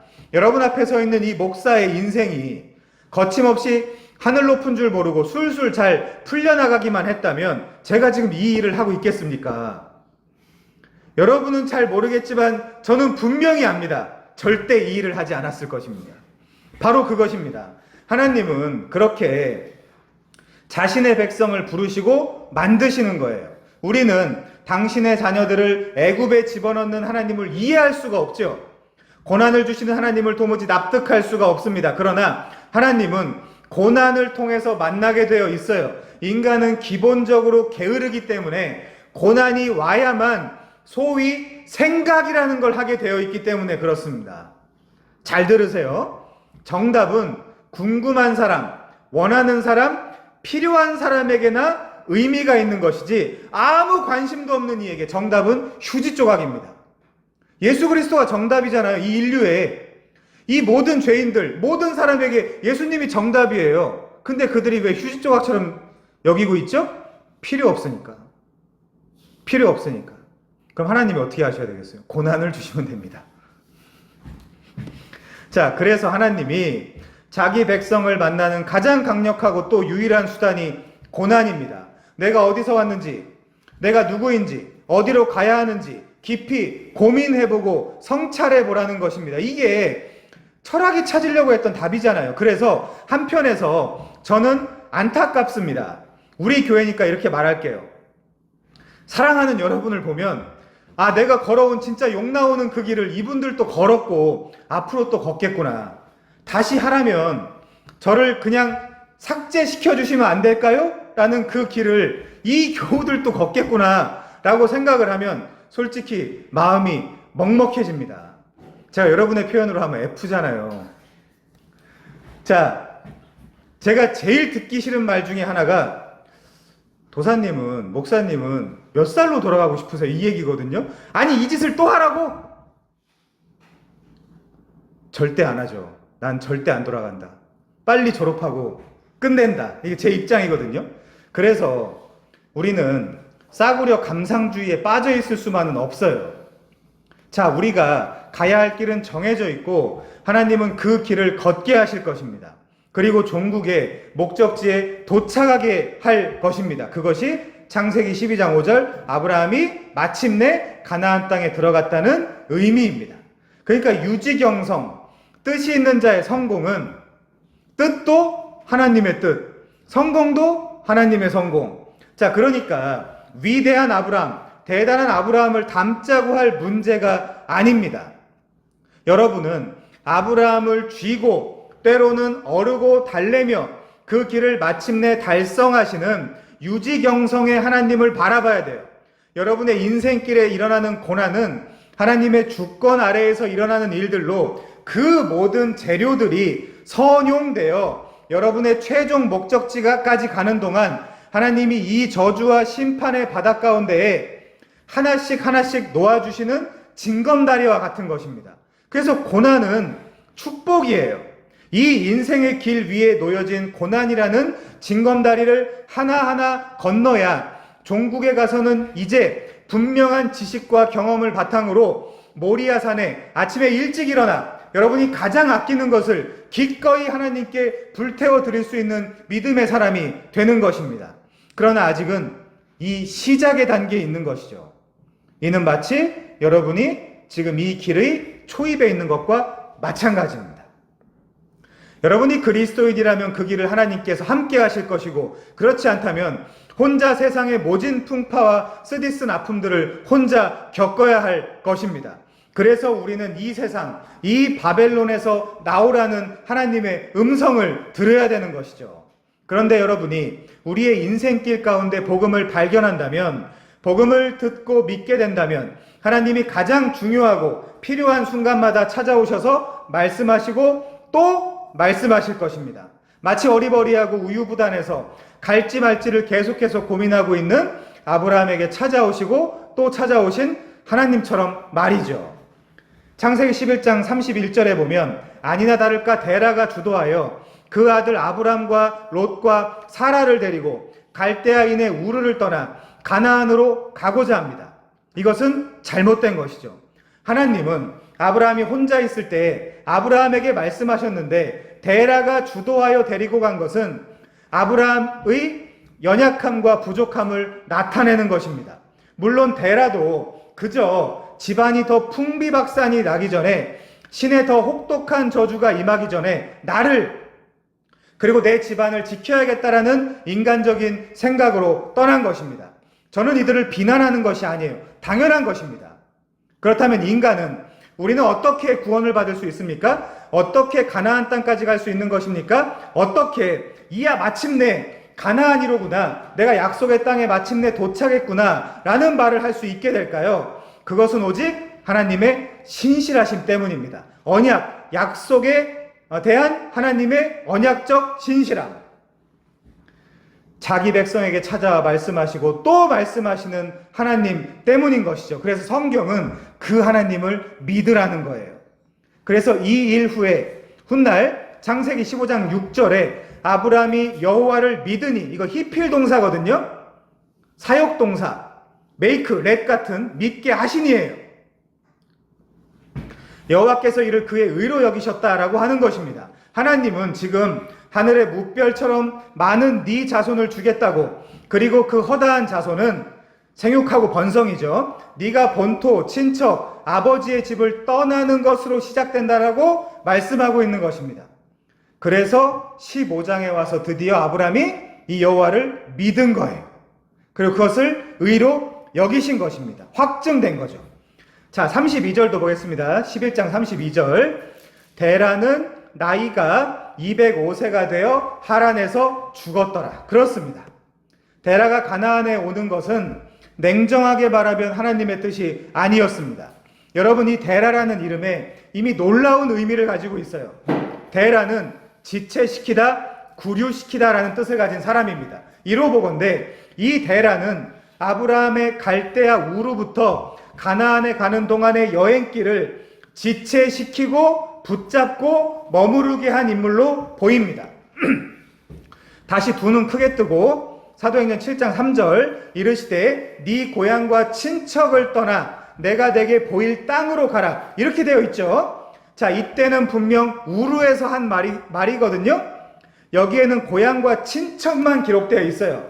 그러나 오늘 본문 창세기 12장 1절에 보면 너는 너의 고향과 친척과 아버지의 집을 떠나라고 되어 있습니다. 정리하면 아브라함이 우르에 있을 때에는 하나님이 고향과 친척을 떠나라고 하셨고, 하란에 있을 때는 고향과 친척과 아버지의 집을 떠나라고 하신 것입니다. 그러니까 하란에서 아버지의 집이 추가된 거예요. 붙잡고 있으니까. 그러면 이제 데라, 즉 자꾸만 더 아브라함을 지체시키고 구류시키는 아버지의 영향권을 떠나라는 거예요. 자, 마태복음 10장 34절 이하에 보면 아버지, 딸, 어머니, 며느리, 시어머니, 이런 것들이 너의 원수가 될 수 있다. 사람의 원수가 집안 식구가 될 수 있다. 이런 표현이 나오잖아요. 자, 아버지, 딸, 어머니, 며느리, 시어머니, 이런 것들의 특징이 무엇입니까? 소위 다 눈에 보이는 것들이죠. 여러분, 우상이라는 단어가 헬라어 에이도론이거든요. 에이도론, 뭐랑 비슷해요? 아이돌. 그쵸? 이 우상이라는 명사는 에이돈이라는 동사에서 왔어요. 에이돈은 뭐예요? 보다예요. 보다. 그러면 눈에 보이는 것들에 천착하고 있는 상태, 눈에 보이는 것들에 집착하고 있는 상태가 바로 우상 숭배예요. 아버지, 딸, 며느리의 개념을 정확하게 하지 않으면 이것들이 다 우상이 될 수도 있는 것입니다. 왜? 다 눈에 보이는 것들이니까. 여러분, 믿음이 뭡니까? 믿음의 성경적 정의는 히브리서 11장 1절, 믿음은 바라는 것들의 실상이요 보이지 않는 것들의 증거니. 우상은요, 보이는 것들의 증거, 보이는 것들을 의지하는 상태, 그것을 사랑하는 상태. 자, 믿음은 바라는 것들의 실상, 이후 보이지 않는 것들의 증거니 선진. 여기 선진이 누구예요? 구약 믿음의 사람들. 선진들이 이로써 증거를 얻었느니라. 보이지 않는 것들의 증거, 믿음으로 모든 세계가 하나님의 말씀으로 지어진 줄을 우리가 아나니, 보이는 것은 나타난 것으로 말미암아 된 것이 아니니라. 그런데 눈에 보이는 것들을 따라가고 섬긴다는 말이죠. 에이도론, 우상. 그러면 눈에 보이는 장자의 죽음과 며느리의 불임 때문에 원래는 그럴 생각이 전혀 없었는데 갑자기 짐을 꾸려서 가나안 땅으로 가고자 했던 이 데라의 상태가 어떤 상태인 거예요? 우상 숭배의 상태인 거예요. 여러분, 가족이 최고라고요? 그것이 우상숭배입니다. 가족의 영혼 구원을 위해서 일단 말이 되든 안 되든 아무 교회나 다니겠다고요? 그것이 우상숭배입니다. 지금 성경은 뭐라고 하고 있죠? 그 아버지의 집을 떠나라고요. 왜 갈대아 우르에서는 하시지 않은 아버지의 집을 떠나라는 말이 하란에서는 추가되었습니까? 여전히 아버지인 데라의 영향권 아래에 아브라함이 있었다는 것을 반증하는 거예요. 구류, 지체. 자, 지체시키고 구류시키는 데라는 분명 우르를 떠나 하란에 와서 이렇게 생각했을 것입니다. 그래, 내가 너무 과했지. 우리 하란이 죽은 것을 이 하나님이란 존재랑 연결하다니. 그래, 내가 너무 어리석었지. 우연이겠지. 우리 며느리가 임신 못하는 것을 신의 저주로 생각했다니. 그래, 아들의 이름이기도 하고 이 하란 땅에서 다시 한번 시작해보는 거야. 그래, 나는 할 수 있어. 우리는 할 수 있어. 우리 가족은 할 수 있어. 이게 뭐예요? 우상숭배입니다. 그리고 자연스럽게 그 영향을 아브라함도 받았을 것입니다. 하란도 우르와 비슷하고 꽤 살만하네. 우리 강을 건너지 말고 여기서 다시 우상장사나 하면서 잘 살아보세. 말하자면 지금 그러고 있는 것이죠. 결과적으로 아버지 데라는 믿음의 조상 아브라함을 자신의 이름이 계시하듯 신앙의 길 위로 올라가려는 것을 지체시키고 구류시키는 역할을 한 것입니다. 붙잡고 있는 거죠. 못 떠나게 하는 것입니다. 여러분, 이것이 우상숭배예요. 그러면 여러분의 진짜 부모, 여러분이 진짜 의지해야 될 분은 누굽니까? 하나님이라니까요. 결국 갈대아 우르를 떠나 하란에 도착했고, 하란에서 당장 바로 앞에 있는 유프라테스 이 강 하나만 건너면 되는데 그것을 못 건너고 그 강 앞에서 지체하고 있는 것입니다. 제가 아는 사람도 수도 없이 많아. 이런 사람들. 그거 하나만 건너면 되는데 거기서 그냥 붙어가지고 한 발은 세상에, 한 발은 교회에. 아브라함이 지체하고 강을 건너지 않으니까 하나님은 결국 데라까지 데려가 버리신 것입니다. 여러분이 하나님의 백성이라면, 하나님의 자녀라면 하나님은 여러분을 향한 열심으로 하나님은 반드시 무슨 일을 일으켜서라도 여러분이 약속의 땅 가나안에 가는 것까지 마침내 성취하실 거예요. 그것이 칸나 아도나이, 질투하시는, 열심을 내시는 하나님의 본질입니다. 행간에서 우리는 이런 신앙의 노정을 모두 읽은 후에야 12장 1절을 정직하게 마주하게 됩니다. 다시 한번 볼게요. 12장 1절.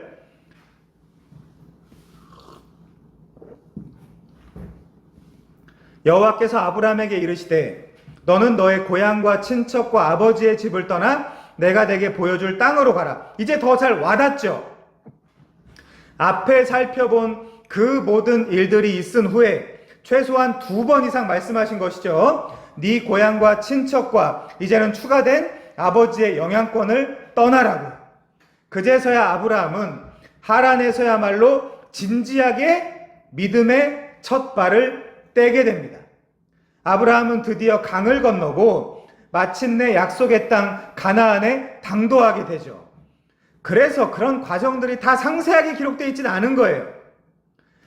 그래서 이 아브라함이 히브리 사람 아브라함이 되는 거예요. 성경에서 처음 강을 건넌 사람이 되는 것입니다. 그런 이유로 성경에 그렇게 도강하는 사람들이 많이 나오는 거예요. 아브라함의 자손 중 하나인 야곱도 강을 건너지 않습니까? 야복강. 그때 누가 나타나요?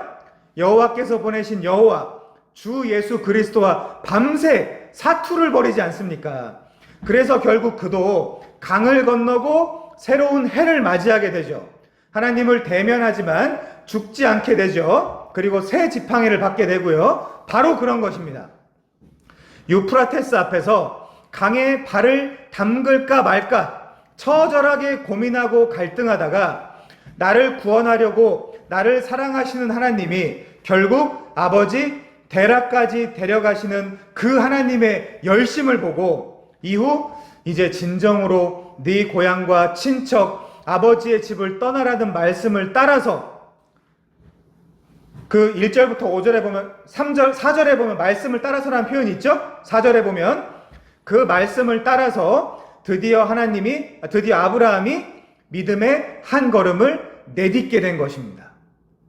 자, 1절은 떠나라는 명령이고요. 2, 3절은 보세요. 떠난 후에 무엇을 할 것인지에 대한 내용이죠. 자, 2, 3절도 봅시다. 내가 너로 큰 민족을 이루고 내게 복을 주어 네 이름을 창대하게 하리니 너는 복이 될지라.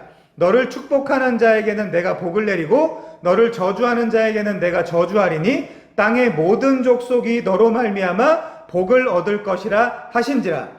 초두에 말씀드린 대로 하나님은 지금 이 처참한 우상의 땅에서 아브라함 한 사람을 택하셨습니다.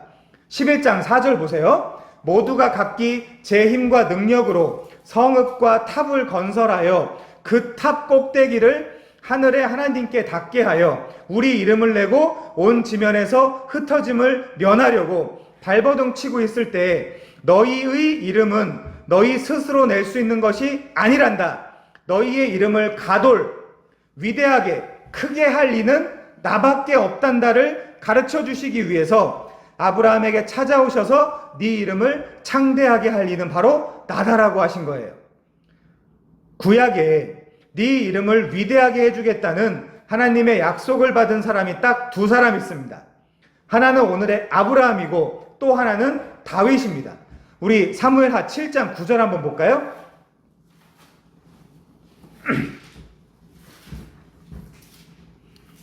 네가 가는 모든 곳에서 내가 너와 함께 있어 네 모든 원수를 네 앞에서 멸하였은즉 땅에서 위대한, 왜 가돌이거든요.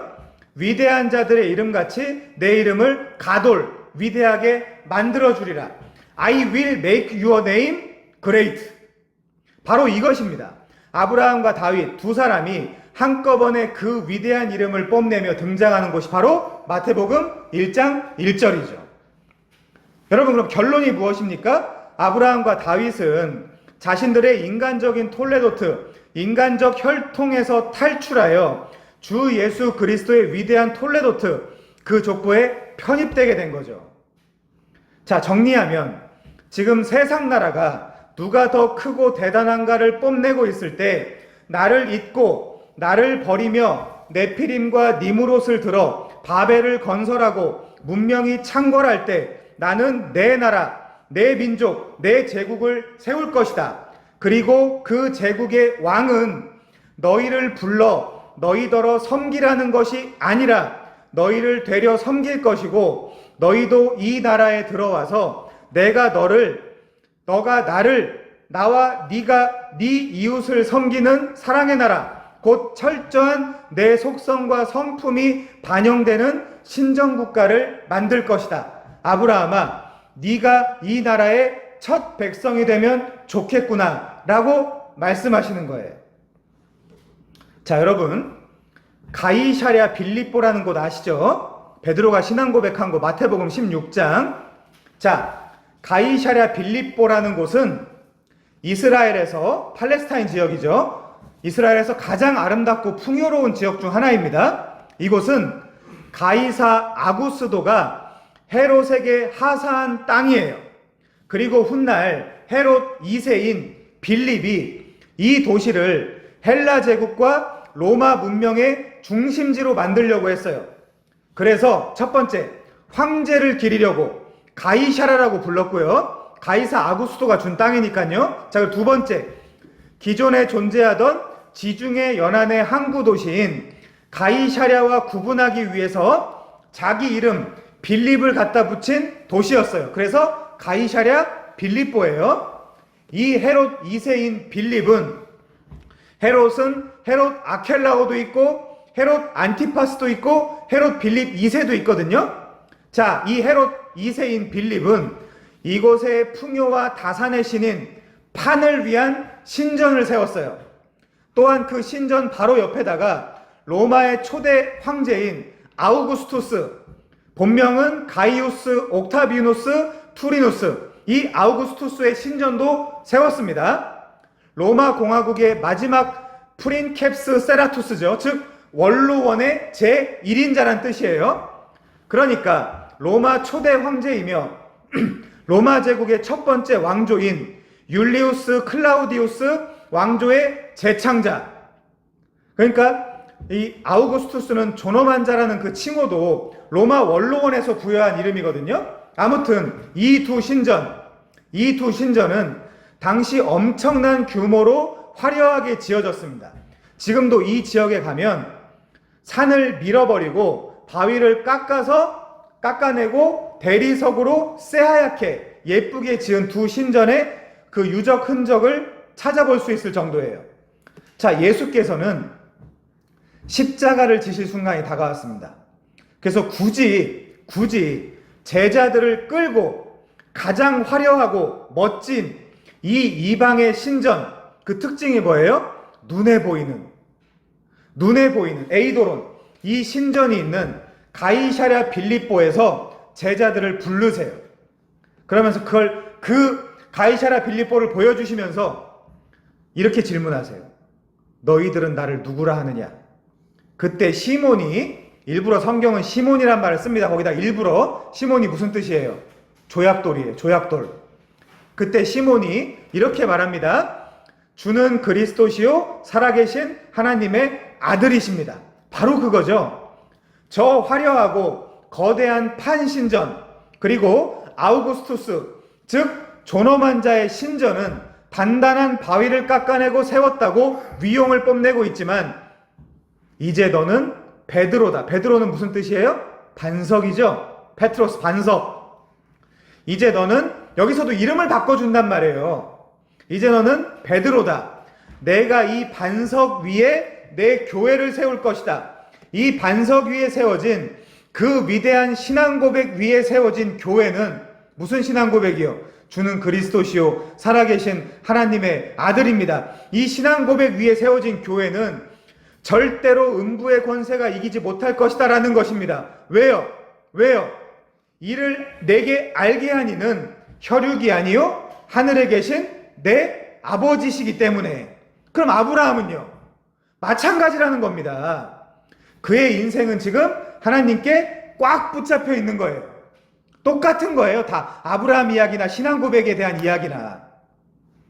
자, 그리고 이어서 그 마태복음 16장 그 위대한 신앙 고백과 그에 대한 설명이 끝나고 나서 16장 21절에 이때로부터 예수 그리스도께서 자기가 예루살렘에 올라가 장로들과 대제사장들과 서기관들과 많은 고난을 받고, 서기관들에게 많은 고난을 받고 죽임을 당하고 제3일에 살아나야 할 것을 제자들에게 비로소 나타내시니, 바로 이거예요. 예수께서는 이 위대한 신앙 고백, 즉 믿음의 고백을 받으시고 비로소 세상 나라와는 완전히 반대의 원리를 가진 하나님 나라의 복된 백성을, 말하자면 하늘의 별과 같고 바다의 모래와 같은 그 허다한 자손들을 새롭게 창조하기 위해서 십자가 고난의 무대로 뚜벅뚜벅 걸어가신다는 것입니다. 이 신구약 전체 의미를 담아 아브라함에게 하나님은 뭐라고 하시는 거예요? 너는 복이 될 것이라. 복의 근원이 아니에요. 너는 복이 될 것이다. 이렇게 말씀하신 거예요. 자, 그러면 여러분, 우리가 이 복에 대한 개념을 좀 생각해 봐야 될 것 같습니다. 한국 교회에서 가장 취약한 부분이 바로 이 복에 대한 개념을 내리지 못하고 신앙생활 하는 거예요. 그러니까 미친 짓들을 하고 있는 사람들이 많은 거예요. 원하는 일이 술술 잘 풀리고 바라는 것들이 다 이루어지는 것이 복입니까? 성경은 전혀 그렇게 이야기하지 않습니다. 그렇다면 과연 성경이 말하는 복은 무엇일까요? 사람들이 하나님이 복을 주신다고 하면 그 복의 개념을 우리가 살고 있는 이 문화권에서 찾으려고 하거든요? 아니죠. 성경에서 찾아야 되는 것이죠. 자, 지금 창세기 12장 5절, 마침내 가나안 땅에 말 그대로 우겨넣음을 당하는 것, 그렇게 되기 위해 이 인생길 위에서 겪는 모든 것이 징검다리가 되어 결국 약속의 땅에 도달하는 것이 첫 번째 복입니다. 그렇다면 뜻밖의 형 하란이 죽고 아내가 불임을 겪고 아버지 데라가 죽은 것이 바로 아브라함에게는 복이 되어가는 과정인 거예요. 이것을 해석을 못하니까 되려 너 정신 차려라 라고 주신 고난이라는 이름의 축복을 사람들이 발로 차버리는 거예요. 그리고 절대다수의 소위 스스로 기독교인이라고 자처하는 자들이 제 스스로 이거는 마귀가 준 거야, 이거는 내가 저주받은 거야 라고 인식하고 이 고난에서 벗어나게 해달라고 하나님한테 기도하고 있다니까요. 여기서 하나님을 더 깊이 찾을 수 있도록 해달라고 기도를 해야죠. 아이오니오스 조회, 하나님의 통치를 받으며 하나님의 영원한 생명력으로 충만한 상태, 즉 영생이 바로 복입니다. 하나님의 백성이 되는 것, 그 자체가 복이고 하나님 자체가 복이며 상급이며 전리품인 것입니다. 그런데 스스로 성도라고 하는 사람들조차도 세상 만물, 나아가 내게 주어진 모든 상황과 환경은 유일한 복의 근원이 되시는 하나님을 만나는 도구요 재료인데 거기에는 관심이 없고 고작 한다는 기도가 실력도 안 되는데 서울대 보내주실 거죠? 내 남편 연봉 두둑히 챙겨주실 거죠? 저 시집 장가도 못 가고 있는데 장가 보내주실 거죠? 이러고 있단 말이에요. 그러나 에아드는 한 걸음 더 나가야 됩니다. 2절은 분명 내가 너로 큰 민족을 이루고 내게 복을 주어 네 이름을 창대하게 하리니 너는 복이 될지라 라고 말합니다. 우리는 한국 문화 속에서 복에 대한 정의를 내려서는 안 돼요. 그래서 동심원적으로 최소한 창세기 자체에서 복이 무엇인지를 추적해 봐야 돼요.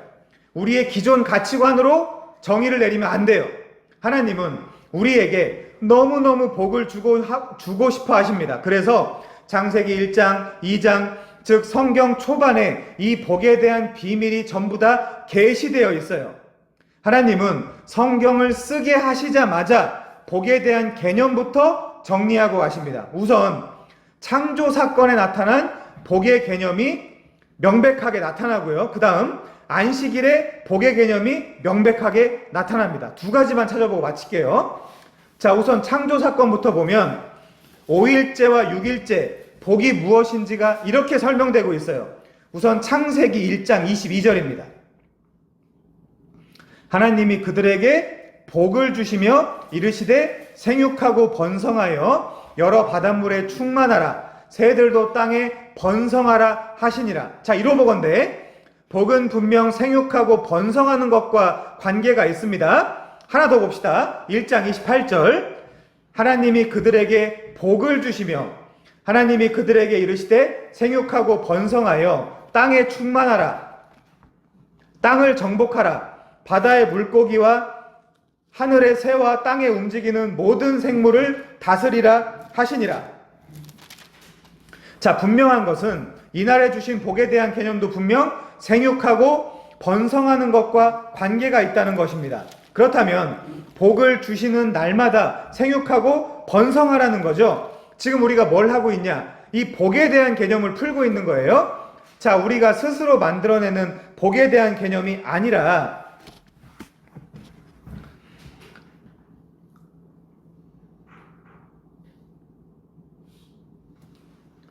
창세기 초반 사건부터 흐름을 따라서 아브라함에게 하신 말씀, 즉 성경을 따라 복에 대한 개념을 정리해 나간다면 복이란 생육하고 번성하는 것과 아주 밀접한 관계가 있다는 것을 알게 됩니다. 게다가 분명 땅을 정복하고 바다의 물고기와 하늘의 새와 땅에 움직이는 모든 생물을 다스리라는 개념과도 불가분 연결되어 있어요. 그러니까 생육하고 번성하고 땅을 정복하고 다스리라는 이야기가 되죠. 이 말은 하나님의 대리자로서 이 땅에서 왕권을 행사하란 말이에요. 그리고 이 모든 것들을 주시고 통치하게 하신 진짜 왕이신 하나님께 영광을 돌리라는 것입니다. 그뿐 아니라 모든 피조물을 하나님 앞으로 데려오라는 제사장적 역할을 하라는 명령이 바로 이곳에 포함되어 있는 거예요. 이 말을 여러분이 익숙한 표현으로 바꾸면 바로 왕 같은 제사장이죠. 그 직분을 창조 사건 당시 처음부터 아담에게 주셨어요. 그래서 아담은 첫 동산의 첫 성전의 왕 같은 제사장이었습니다. 그러나 그는 자신은 물론 나아가 가정 하나도 제대로 지킬 수 없었어요. 그 때문에 가인이 아벨을 죽이는 참혹한 고륙상잔이 일어났고, 나아가 대홍수 심판이 일어났으며 바벨탑 사건까지 연달아 나타나게 된 것입니다. 그때마다 아벨, 셋, 에녹, 노아, 셈 같은 하나님의 백성들이 한 번씩 일어나고 나타났지만 소용이 없었어요. 그래서 하나님은 오늘의 이 아브라함을 불러내 이 세상 속에서, 이 세상의 세파와 세속의 물결 속에서도 거룩함을 지키며 진리의 빛을 전파하는 빛의 공동체, 즉 하나님 나라를 만들기로 하신 거예요. 그 나라의 주권이 하나님의 법인 율법이요, 국민이 아브라함의 자손들이며 영토가 가나안 땅으로 확정된 것입니다. 그래서 이 하나님 자체가 복의 근원이요, 그 하나님 나라에 입성하는 것이 바로 복인 것이에요. 시편 33편 12절, 여호와를 자기 하나님으로 삼은 나라 곧 하나님의 기업으로 선택된 백성은 복이 있도다, 이것입니다. 그래서 다른 사람들도 입성케 하는 것이 결국 생육, 번성의 복이라는 것이죠. 누가 하나님 나라의 주인입니까? 요한계시록 20장 4절 잘 들어보세요. 또 내가 보좌들을 보니 거기에 앉은 자들이 있어 심판하는 권세를 받았더라. 또 내가 보니, 잘 들으세요, 예수를 증언함과 하나님의 말씀 때문에 목배임을 당한 자들의 영혼들과 또 짐승과 그의 우상에게 경배하지 아니하고 그의 이마와 손에 그의 표를 받지 아니한 자들이 살아서 그리스도와 더불어 1000년 동안 왕노릇하니 그 나머지 죽은 자들은 그 1000년이 차기까지 살지 못하더라. 이는 첫째 부활이다. 이 첫째 부활에 참여한 자들은 뭐라고요? 복이 있다. 복이 있고 거룩하도다. 둘째 사망이 그들을 다스리는 권세가 없고 도리어 그들이 하나님과 그리스도의 뭐가 된다고요? 제사장이 되어 1000년 동안 그리스도와 더불어 왕노릇하리라. 자, 그러면 아브라함의 문맥 속에서 이거 하나 한번 찾아보죠. 히브리서 5장 13절입니다. 히브리서 5장 13절 같이 볼게요. 이 부분은 생육 번성. 히브리서 6장 13절입니다. 죄송합니다. 하나님이 아브라함에게 약속하실 때에 가리켜 맹세할 자가 자기보다 더 큰 이가 없으므로 자기를 가리켜 맹세하여 뭐라고 했다 그래요? 이르시되 내가 반드시 너에게 복주고 복주되 너를 번성하게 하고 번성하게 하리라 하셨더니 그가 이같이 오래 참아 약속을 받았느니라. 이거 우리도 받아야겠죠. 자, 두 번째, 안식의 복에 대한 개념을 한번 정리해 보겠습니다. 다시는 사망이 없는 상태, 그것이 뭐죠? 그게 바로 안식이에요. 그것이 그대로 창세기 2장 2절의 안식의 복과 연결이 됩니다. 자, 마지막 복에 대한 개념을 좀 살펴보죠. 창세기 2장 2절입니다. 한번 같이 가서 볼게요. 하나님이 그가 하시던 일을 일곱째 날에 마치시니 그가 하시던 모든 일을 일곱째 날에 그치고 일곱째 날에 안식하시니라. 하나님이 그 일곱째 날을 어떻게 했다고요? 복되게 하사 거룩하게 하셨으니 이는 하나님이 그 창조하시며 만드시던 모든 일을 마치시고 그날에 안식하셨음이니라. 자, 여러분 잘 생각해 보세요. 신약에 이런 표현이 있죠. 아버지께서 일하시니 나도 일한다. 왜 아버지께서 일하실까요? 왜요? 왜? 안식이 깨졌잖아요. 그쵸?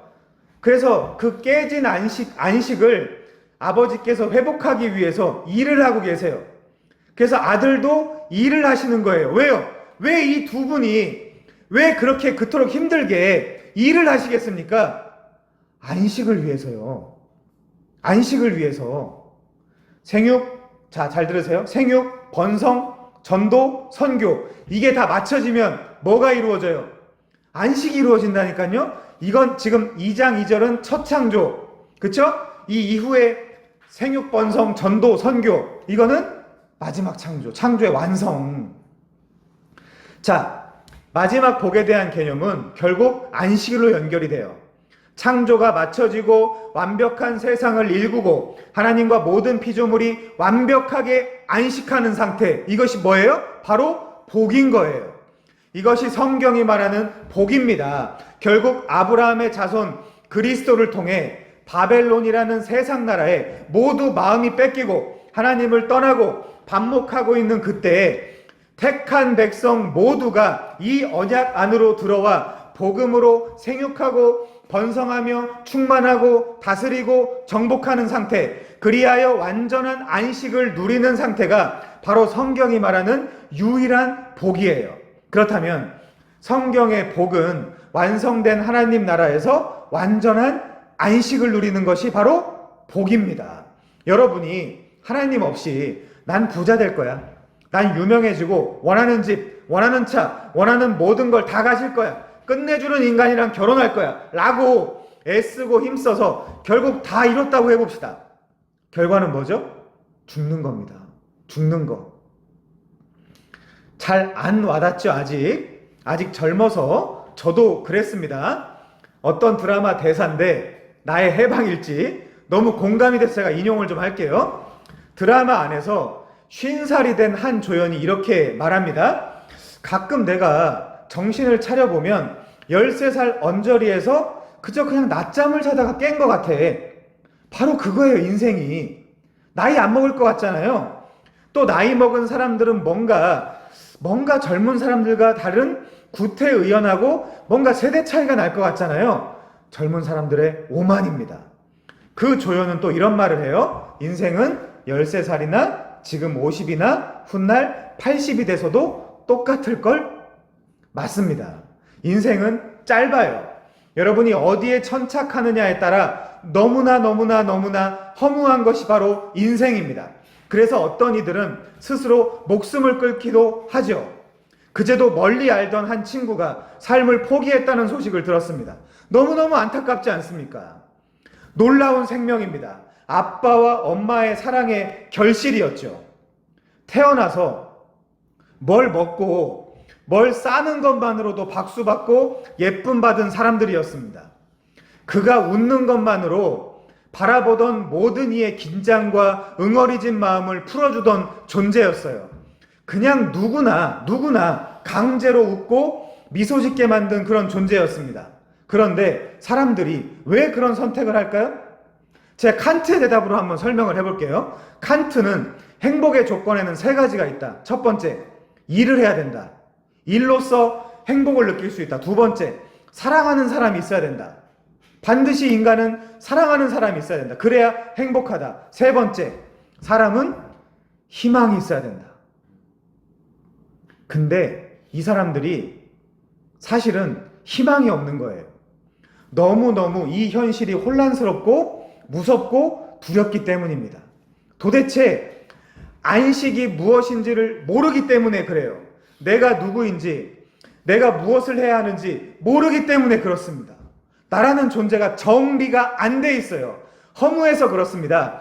두려워서 그래요. 나아가 내가 도대체 얼마나 귀한 존재인지를 모르기 때문에 그렇습니다. 이 갈대아, 이 바벨론, 행위대로 1등부터 꼴등까지 언제나 줄 세우고 날마다 이런저런 경쟁과 심판과 압박을 견딜 수 없었던 사람들이었어요. 잘못했습니까? 아닙니다. 불쌍한 사람들이에요.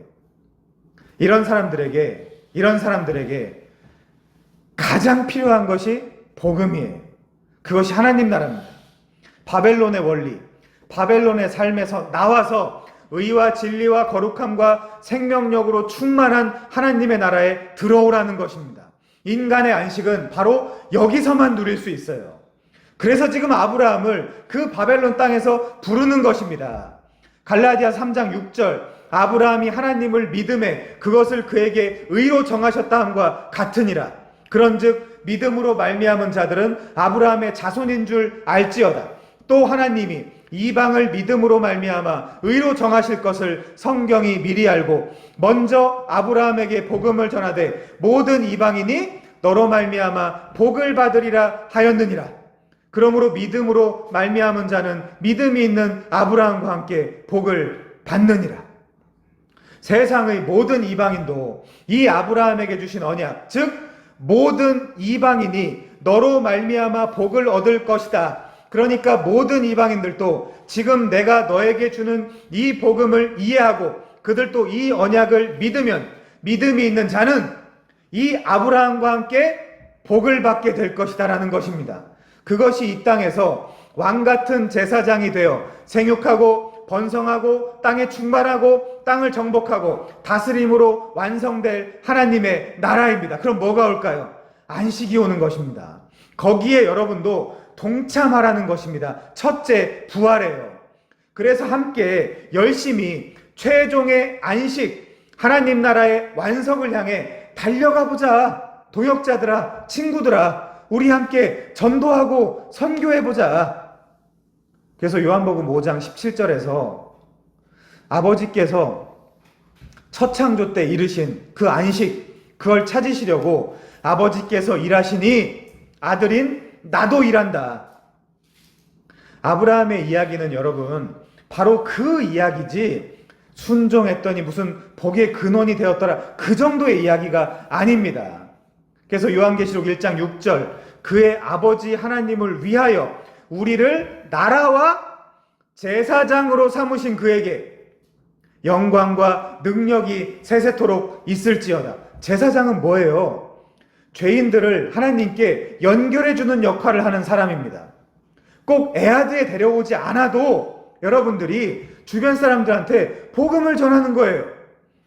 이거 공부해가지고 복음을 전하는 것입니다. 우리가 복의 문맥을 다 찾아봤습니다. 결론적으로 생육하고 번성하고 땅에 충만하고 땅을 정복하고 땅을 다스리는 것이었습니다. 이것이 첫 창조 때의 개념화된 복의 내용이에요. 누군가가 착각을 하듯이 자연을 보호하고 환경을 잘 가꾸자, 그런 이야기가 아니고 이것이 신약에서는 이렇게 성취됩니다. 사도행전 6장 7절이요. 하나님의 말씀이 점점 왕성하여 예루살렘에 있는 제자의 수가 더 심히 많아지고 허다한 제사장의 무리도 이도 다른 번역에서는 이 믿음에 복종하니라. 사도행전 12장 24절도요. 하나님의 말씀은 흥왕하여 더하더라. 사도행전 19장 20절, 이와 같이 주의 말씀이 힘이 있어 흥왕하여 세력을 얻으니라. 우리가 이걸 해야 하지 않겠습니까? 이 첫 창조시에 주신 복이 신약에서는 하나님의 말씀과 교회의 흥왕으로 연결되는 것입니다. 교회 흥왕이라니까 돈 많아지고 그런 얘기가 아니라 믿는 자의 수가 많아지니라. 올바른 믿음. 바로 이것이 아브라함이 받은 복의 내용이에요. 첫 창조와 안식일로 이어지는 복의 개념이 깨져버렸습니다. 아담에 의해서 깨졌고 함에 의해서 깨졌습니다. 니므롯에 의해서 깨졌습니다. 그러나 하나님에 의해서 다시 아브라함을 통해 그 하늘의 별과 같은 생육과 번성이, 그리고 이 언약이 전해짐으로 진정한 안식의 복이 아브라함뿐 아니라 믿음으로 아브라함에게 속한 자들도 넘치도록 흐를 것입니다. 그래서 우선 아브라함 개인이 회복되어야 되고, 그리고 아브라함에게 준 언약이 후손들에게 전달되면서 그들도 안식의 상태가 되어야 된다는 것입니다. 그래서 모든 것이 제자리로 돌아오는 그 사바트, 안식일이 가장 복된 날입니다. 잔칫날인 것입니다. 그래서 안식일을 지켜야 된다라고 말하는 사람들은 잘못 알고 있는 거예요. 안식일은 지키는 것이 아니고 누리는 거예요. 우리가 하나님이 안식일을 거룩하게 지키라고 했으니까 오늘 짜장면도 안 사 먹고 교회 와서 이렇게 예배합니다. 사기꾼들이에요. 사기꾼들. 복음을 모르는 사람들이에요. 우리 교회는 그런 언어를 사용하지 않습니다. 안식일은 누리는 거예요. 즐기고. 단 그 안식일에 아직 안식의 때가 남아있기 때문에 우리도 열심히 복음 전하고 선교하고 전도하는 것입니다. 그래서 이 날을 기쁘고 즐겁게 보내라는 거예요. 성경에서.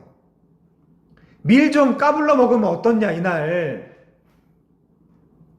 아니, 이날 그 침상에 그 아픈 사람들, 병상에 그 사람들 좀 옮기면 어떻냐. 그 얘기하는 거예요, 성경이. 그래서 바벨탑 사건에서 언어의 혼잡으로 이들이 흩어진 사건이 저주의 상태인 것이고, 예수의 죽음과 장사와 부활 이후 성령이 오셔서 글로사를, 그 언어를 다시 하나 되게 하심으로 이 흩어짐의 저주를 풀어버리시고, 그때부터 뭐 하라는 거예요? 하나님의 큰일을 너희들도 전해라. 이 얘기예요, 이 얘기. 자, 그렇다면 아브라함에게 주신 언약의 내용이 무엇일까요? 당연히 성경의 진짜 주인공 예수에 관한 것입니다. 우리 창세기 12장 3절 보죠.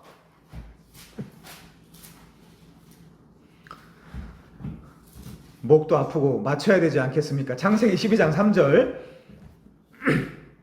너를 축복하는 자에게 내가 복을 내리고 너를 저주하는 자에게는 내가 저주하리니 땅의 모든 족속이 너로 말미암아 복을 얻을 것이라 하신지라. 근데 좀 이상하지 않으세요? 아니 도대체 아브라함이 뭐라고 이렇게까지 하시는가? 물론 여기에는 비밀이 있어요. 우리가 족장사를 다루면서 계속해서 자세히 살펴보겠지만, 지금 이 언약은 아브라함의 아들인 이삭과 또 그의 아들인 야곱에게도 반복되죠. 자, 창세기 26장 3절입니다. 한번 볼게요.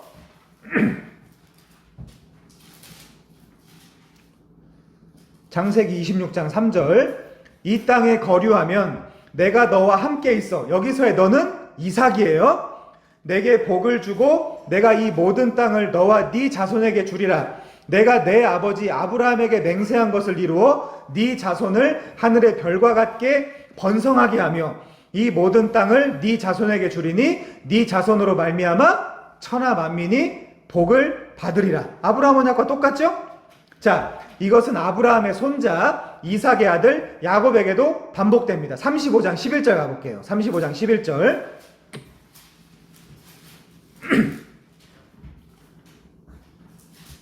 요즘 목이 잘 쉬네요. 나는 전능한 하나님이라 생육하여 번성하라 한 백성과 백성들의 총회가 내게서 나오고 왕들이 네 허리에서 나오리라.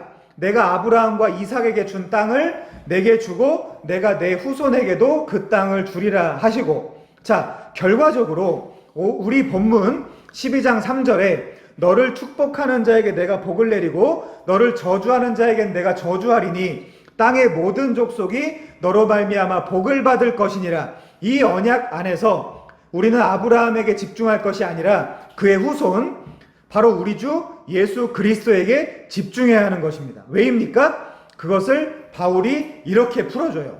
갈라디아서 3장 16절입니다. 요 갈라디아 3장 16절은 외우세요. 그래야 이 족장사가 다 그냥 한 번에 풀립니다. 갈라디아 3장 16절. 이 약속들은 아브라함과 그 자손에게 말씀하신 것인데 여럿을 가리켜 그 자손들이라 하지 아니하시고 오직 한 사람을 가리켜 네 자손이라 하였으니 곧 그리스도라. 물론 창세기 12장에서는 이 언약을 아브라함과만 맺죠. 왜요? 아직 자식이 없을 때니까. 그런데 자식 이삭이 생기고 손자 야곱이 생기자 이 언약을 반복하시는 것입니다. 결국 아브라함, 이삭, 야곱이 받은 이 동일한 언약 안에서 누구를 발견해야 한다는 것입니까? 우리 주 예수 그리스도. 결국 너를 축복하는 자에게 축복을, 너를 저주하는 자에게 저주를, 이 언약의 말씀이 종국에 어디까지 확대되는가 하면 아브라함의 후손, 저 허다한 하늘의 허다한 별들 중에 가장 빛나고 가장 밝고 모든 별의 중심이 되는 여럿을 가리켜 네 자손들이라 하지 아니하시고 한 사람을 가리켜 네 자손이라 하신 곧 그리스도. 그를 축복하는 자에게는 축복을, 그를 저주하는 자에게는 저주를, 바로 여기까지 확대되고 확장된다는 것이죠. 아담과 하와, 즉 인류의 첫 조상의 타락, 노아 시대의 대홍수 심판, 바벨론 지역에서 바벨탑을 쌓으면서 자기 이름을 내려고 분주했던 이 인류에게, 그래서 진정한 생육과 번성이 중지된 이 인류에게 하나님께서 복음의 빛을 선물하기 위해서 아브라함을 부르신 거예요. 자, 그래서 이 아브라함의 언약을 통해서 어떻게 하나님 나라가 완성이 됩니까? 계시록 7장 9절입니다. 계시록 7장 9절이요. 같이 보겠습니다.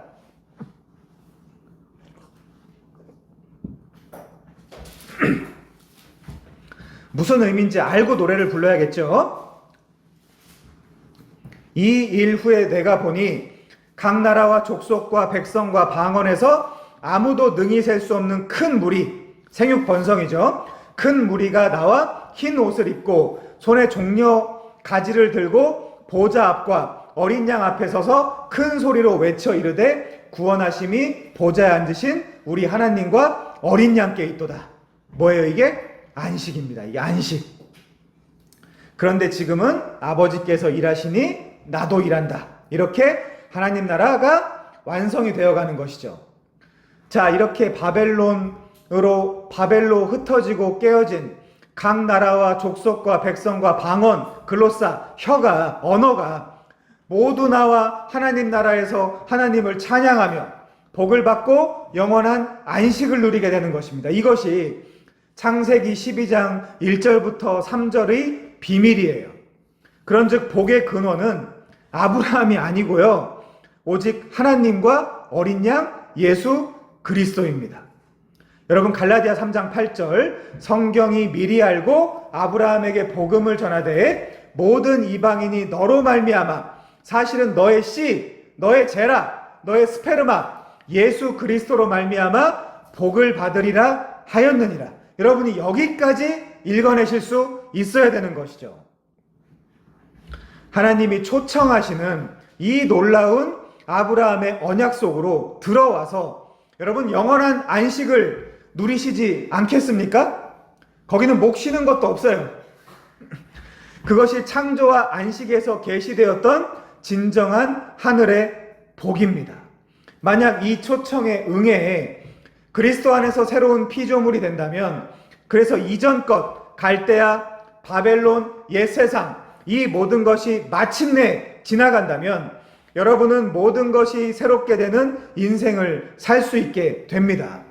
오직 예수만이 생육과 번성을 그리고 안식을 성취할 수 있는 유일한 분이거든요. 그리고 그분이 여러분을 부르셔서 의롭다 하시고 또 화목하게 하시는 말씀을 뭐 했다고요? 부탁하셨습니다. 그럼 우리가 열심히 그 일들을 해야 되지 않겠습니까? 자, 마치겠습니다. 우리는 앞으로 계속해서 하나님께서 이 믿음의 조상 아브라함을 어디까지 인도하시는지 함께 다음 시간부터 계속해서 살펴보도록 하겠습니다. 찬양하고 기도하겠습니다.